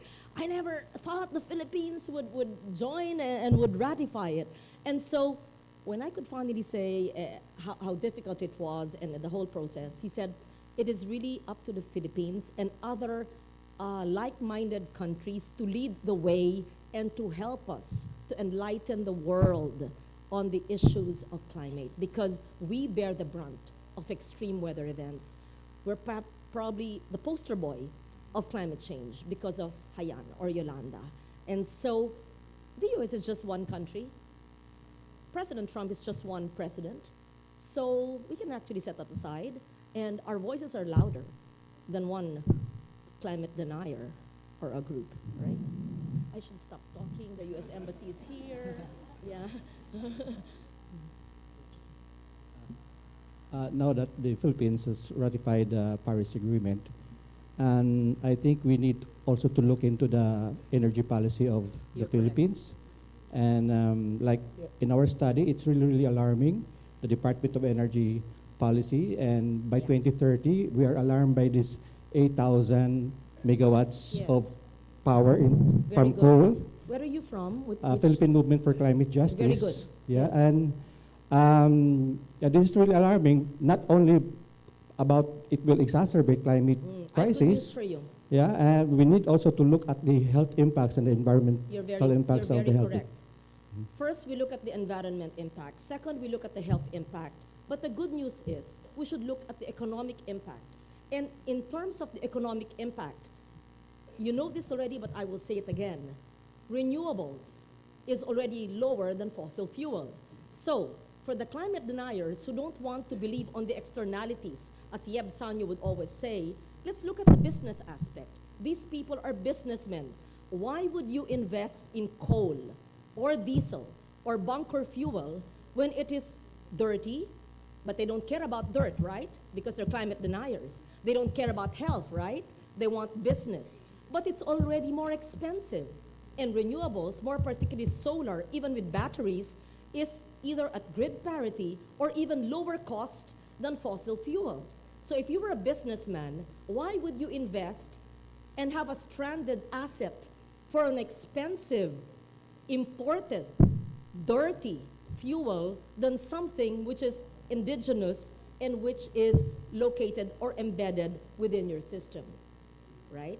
So it's just a matter of creating greater awareness and for everyone to realize that it is no longer the 5 years ago scenario when the energy situation was different.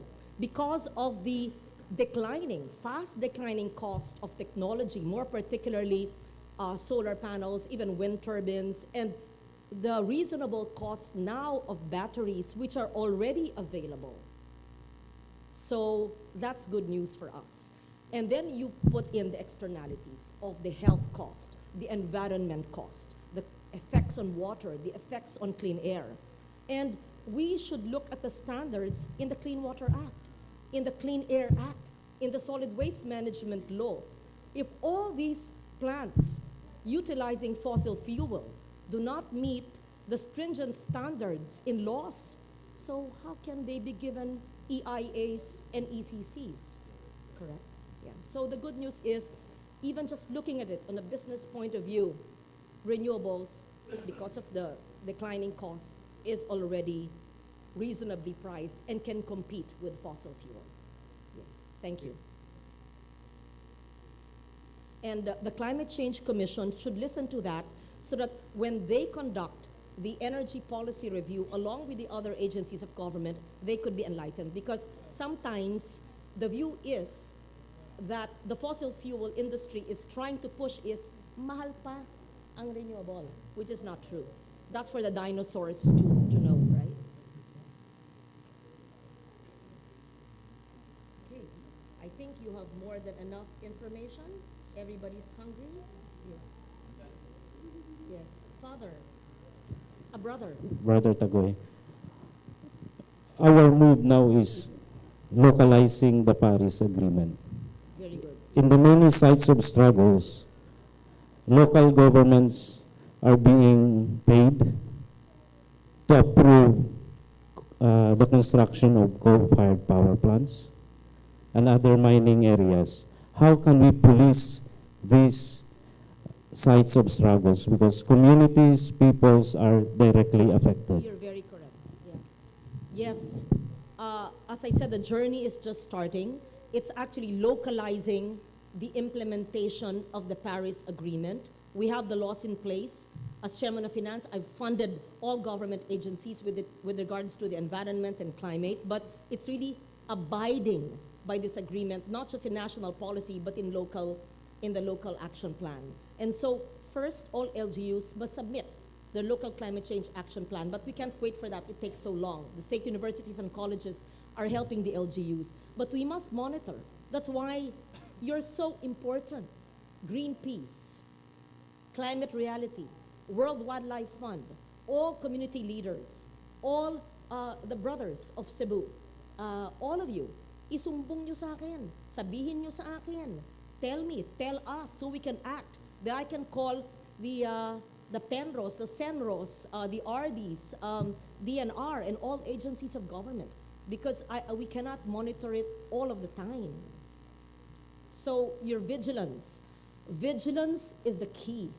If there's one thing you would ask me, would be our gift to Mother Earth on Earth Day tomorrow, it's our vigilance. Expertise, talent, resources, all of that would be secondary to vigilance. That's the answer, brother, to your question. Yes. Mr. Pineda? Thank you, Senator Legarda.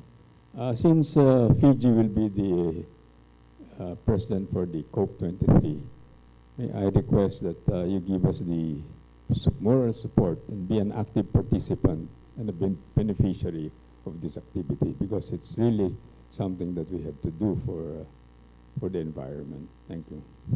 Of course, after Paris, from way back, from COP, etc., Paris, and then Marrakesh, and Fiji is the host of the next COP. We can see that Philippine government will be sending a delegation. I usually cannot go because that's always the time of the budget deliberations.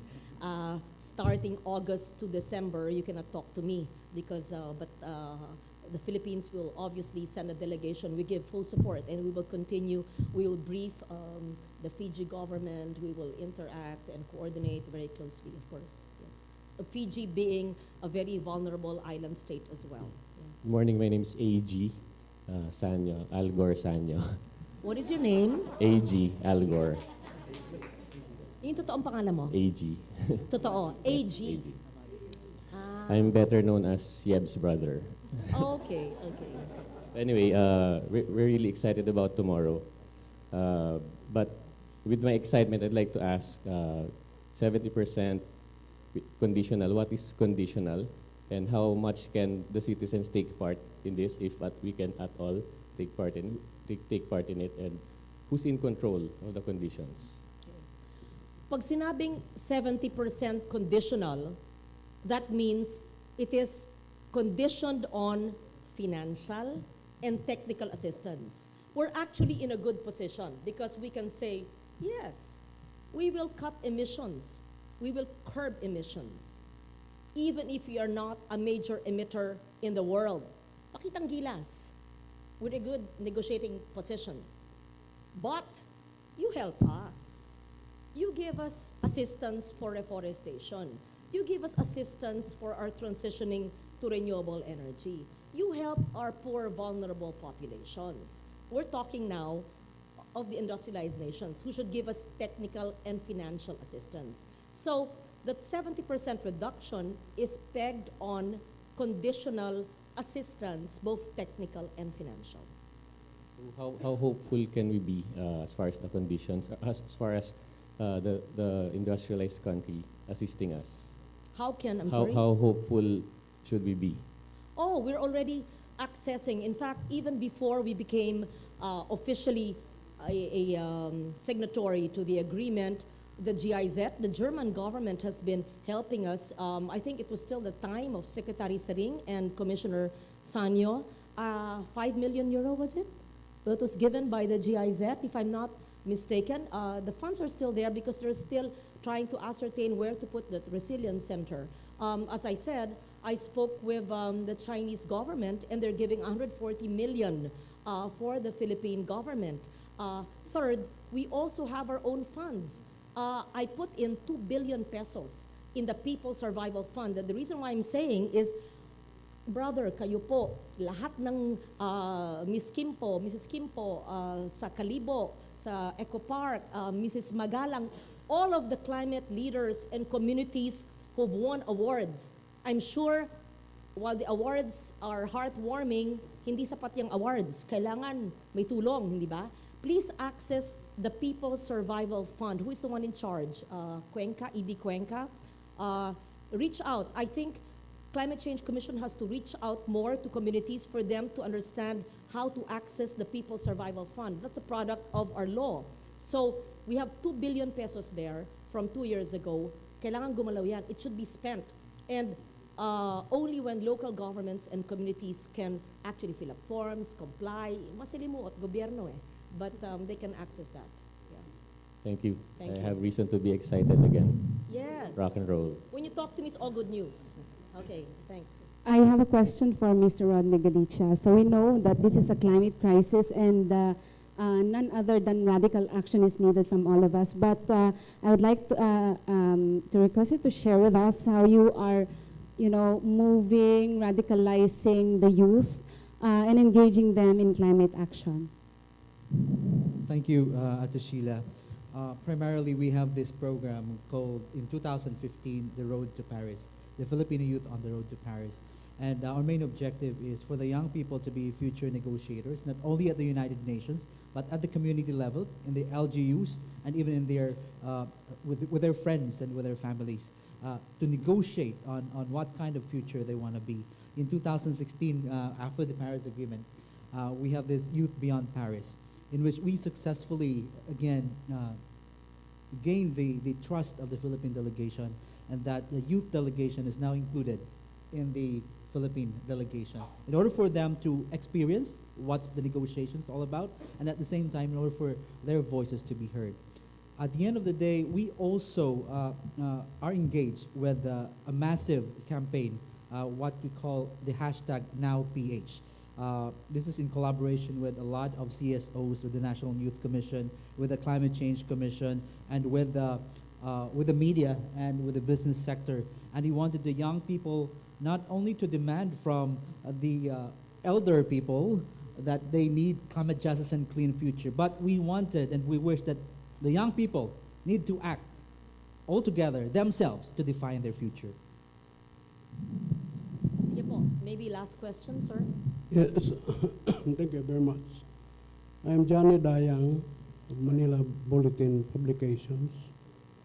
I'm a part or member of the Eco Park Bakawan of Kalibo, initiated by the late Congressman Alin Kimpo.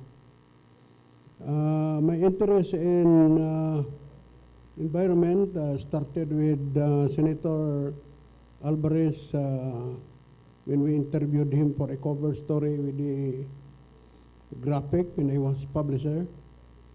Currently, there are some discussions about climate change. And I wonder, with Senator Legarda being an articulate communicator par excellence, and with other advocates here, if we can intensify the information campaign about Paris Agreement and the efforts that you have been initiating and undertaking, especially now with the creation of two major awards, that of Mr. Labnan and Allen Kimpo Award. I think this can enlighten and educate our people and let them embrace as a way of life. If information and education campaign could be undertaken extensively.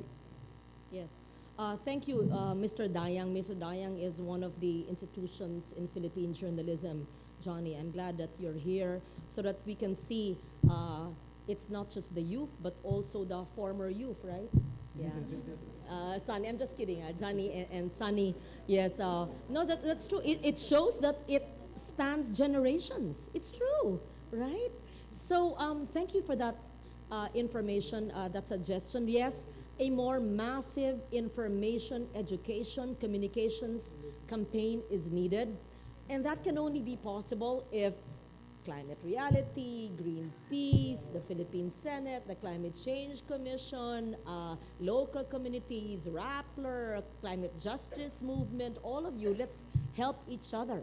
Yeah, to do Facebook, to tweet, to IG, to deliver speeches. But more than talking about it, let's do 365 days in a year to do climate action. Because the time for talk is over. Let's do climate action. I challenge everybody present here today to submit 10 climate acts and until we come up with 365, right? Yesterday, I was interviewed by CNN and they asked me, what are the top 5 things immediately that you can do for climate? So I tried to simplify. Take away all plugs when you leave a room. Close lights that you don't need. Transition to renewable energy. Segregate garbage at source, recycle, and compost. Have rainwater collectors, not just in a barangay, but in your home. Talk about it and tweet or go to social media about it. Plant trees. Eat local. Eat plant-based, right? Wear local, buy local. Those are many things, and you say, what's the connection with climate change and the Paris Agreement? That's actually operationalizing the Paris Agreement. Yes, my gift is communication, and I will continue to do this in the Senate and beyond the halls of the Senate, so that our laws, which are technical, complicated, can be understood, operationalized, so that our farmers, our fisher folks, our indigenous peoples, our rural communities understand the importance of the Paris Agreement in their lives so that they embrace it as a life, as a lifestyle. Yeah. Thank you for that suggestion, Johnny. Good morning, everyone. So I am an ambassador of Ross City for Mr. Earth Philippines, and I'm with my co-ambassadors. We have one question only, ma'am and sir. We are experiencing right now from our LGUs to get their support. I mean, example, if we have an advocacy, each of us. So can you give us any suggestion or advice what to start, what moves that we are going to start in order to get their support, in order to hear from us every advocacies that we're going to present to them? You want to start first, ako? You're asking me, how do you convince the LGUs to support you, or what are the projects you can propose to the local government that you can do? Both? Both. Which LGU is this? Actually, I don't want to mention. Akin na. Tawagan mo yung mayor. Sige. Example. Akin na. Tawagan mo ngayon yung mayor. Lalagay ko sa mikropono. Pag hindi siya maniwala sa akin na. Ganun lang yun eh. Okay. Akin, Yes, okay. pangalan. I'm brave. So, Meron kayong Trump sa copies, ganun ba yan? Meron kayong Donald Trump sa copies na hindi naniniwala? Ay, sorry. US Embassy. Okay. Oh, we're online. Are we on live stream? Right. Okay. Sige. So what? I mean, he's a climate denier, right? So you have a Donald Trump in copies. Actually, some of us, yes. Actually, it's really Seriously. They So don't- anong proyekto ang maari? the Sige. they don't really give us they don't really give importance to it to know our advocacies that might Pangalan help ng mayor. the environment. Name me the LGU. No, you have to. No. Name me the local government. Name me the mayor. Without disparaging him, I am sure marami lang siyang problema. Yes, Di po. ba?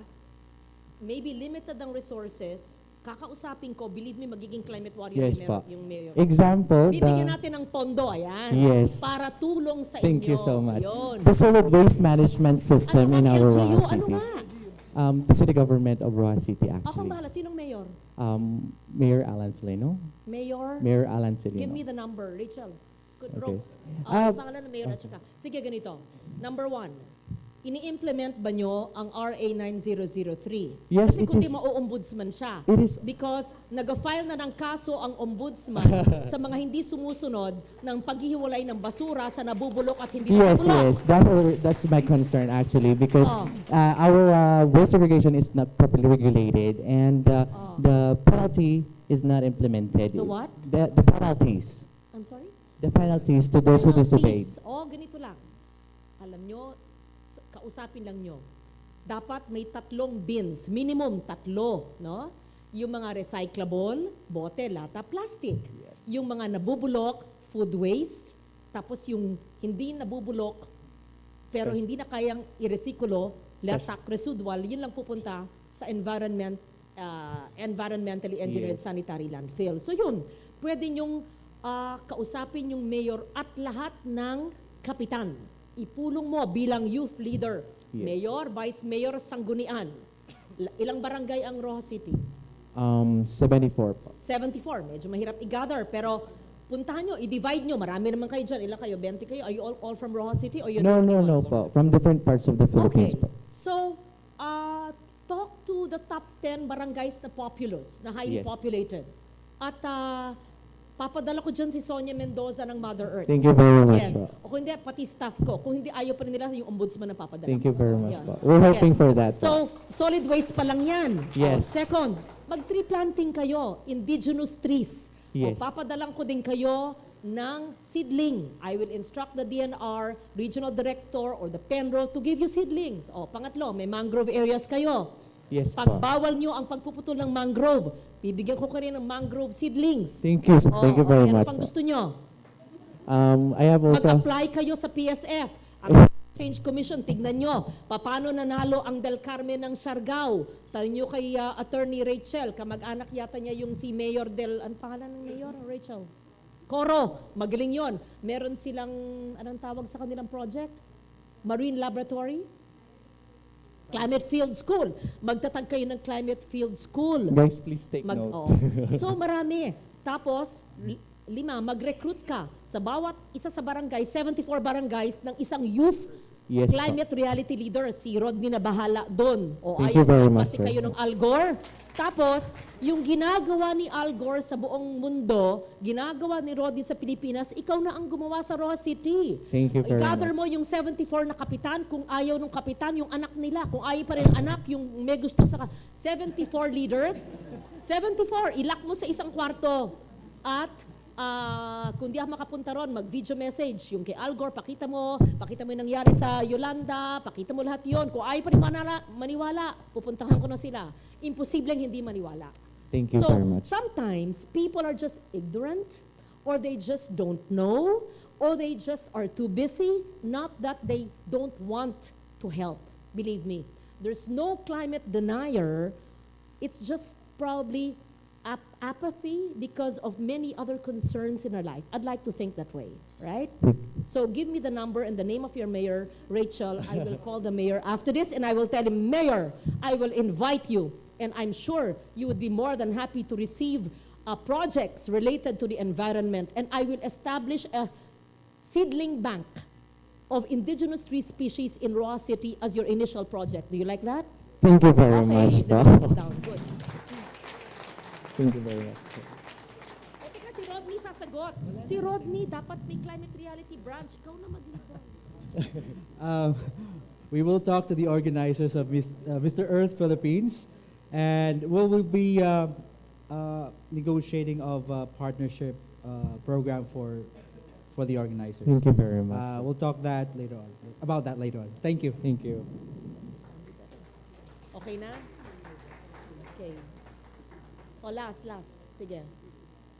Oh, very good. Good afternoon, Senator Ligarda. We are so happy and blessed that the Philippines have been known for all the environmental laws. The Let's Do It Philippines movement, which I started in the country, but it's all over the world also.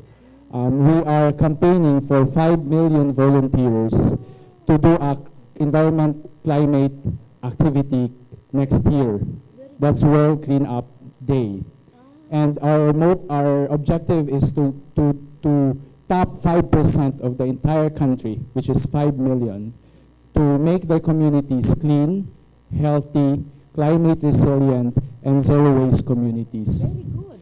And we have been doing it for the past 4 years without any financial support from LGUs. All our volunteers commit their time, money for these efforts to fulfill the RA 9003 for 17 years pa. See, you're the kind of people we need. And for the past 3 years, we had the opportunity to partner with the National Solid Waste Commission and had the MOA for the Basura Patrol. Okay. And what I'm asking, Senator, is how we can help to you said, to the grassroots, to the mountains, na ma-educate sila sa programa ng gobyerno. Kasi hindi na-reach doon yung message. Ay nako, yan na naman. Yan ang problema talaga ng gobyerno. Tama ka. So, National Solid Waste Commission, Rachel, tell me to call Ellie. Sir Ellie, yeah. Now, Director Ellie. We'll- Kulang ng pag-reach out at information at pagturo sa waste segregation. Yes, and also right now, what is alarming is they're looking at waste to energy, which is for the past 17 years, hindi pa na perfect yung segregation.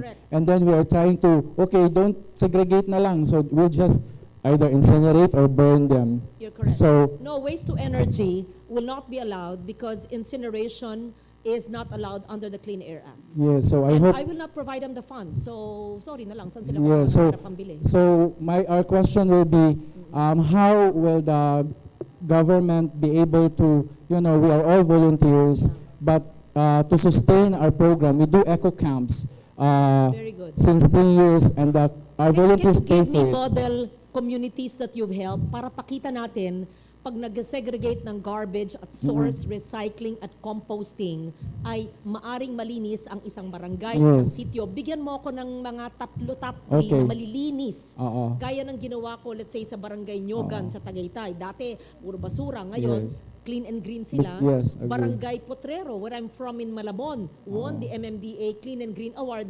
Purong kami mga informal Yeah. settlers doon. Nalinis na turuan ni Mother Earth ni Sonia Mendoza. Yeah. So, bigay ka kay Rachel and give me your contacts.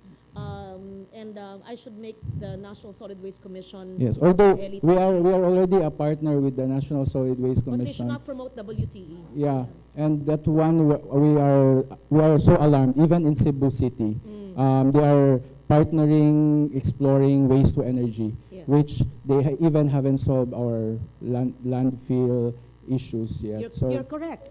If we only do segregation and we recycle, then we can have maybe 80 to 90% diversion. So, konti na lang ang matitira para sa landfill. So, there's no need for expensive waste-to-energy facilities which will come from the taxpayers' money. That's what you're saying, right? Yes, yes, Okay, yes. very good. Can I have your name again, please? Dan Diaz, also from Cebu. And if you remember, you visit Cebu 10 years ago. I was the chair for the 1 million mangroves for the district of Cebu. And the problem also with the mangroves that time is the DNR or even Penro just give any seedlings, and they are not appropriate species for that area. Akin na yung pangalan ng Penro nagbigay ng maling seedlings. Yeah, so there's a need really to to capacitate and Yes. the technical Tama kayo. for the National Greening Program for our mangroves and indigenous species. Kasi ngayon sa Cebu, nagbibigay pa rin sila ng mga exotic plants na seedlings. Gaya sorry, ng ano acacia, yung acacia, yung mga plants na hindi sa atin. So sayang yung program ng NGP. So hoping with what we're doing, our group really wants to volunteer, but we need, for example, if the president or even you, senator, could really send out a message, no, clearly on the segregation, because it affects our emission on methane gas. And there is the simple activity that comes from you, from SecGena, Secretary Gina, and even from the president. I think people will listen. So if we can capture that I message. think the DNR, the Solid Waste Commission, should make clear policy statements and not confuse people on where the direction is. But I will talk to them. Thank you. And could you give us, please, maybe your top 3 nga model communities na natulungan nyo? And if that community can do it, all others in the country can. And this is alarming, the ocean plastics. We have 7,641 islands now, and the island trash are just in the ocean. That's true. They are not being managed well because they are far from barangay and their budget from municipality cannot reach out. So it's just burn, bury, and dump in the ocean. So we have to do something about it. So thank you so much. Thank you, everyone, and we can all have our lunch. Thank you so much.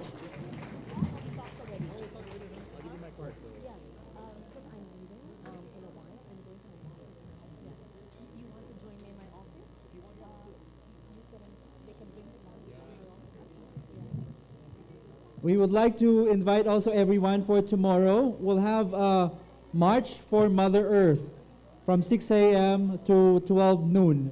We're inviting everyone to join us in Luneta. #Mercy to Earth. We'll have workshops and we have performances. Thank you and see you tomorrow.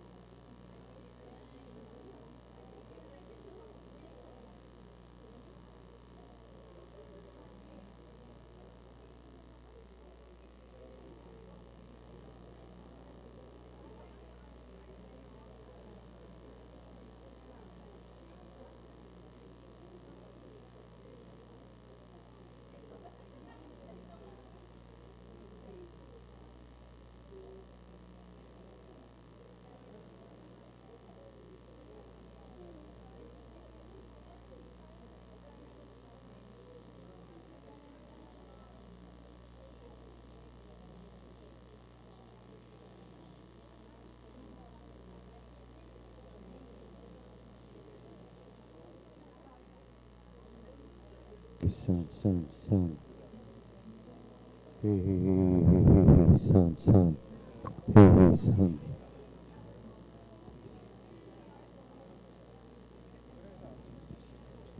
Ayun pa lang. May ano ko, meron akong jacket. Para hindi natin store.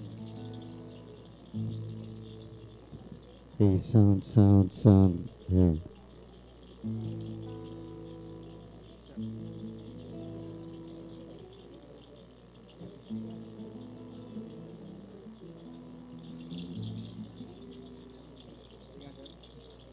Hey.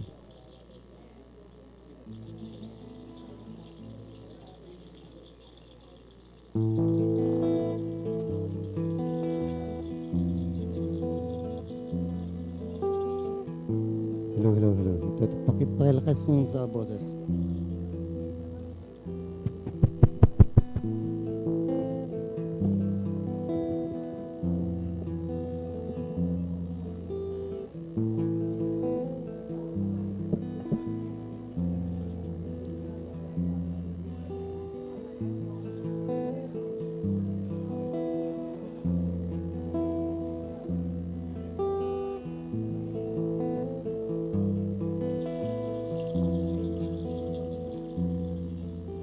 Sinilang akong hubad lamang, lakas ng bisig ko tanging kailangan. Paligid ko'y puno ng likas na kayamanan. Bakit kailangan pang itayo ang plantang nuklear?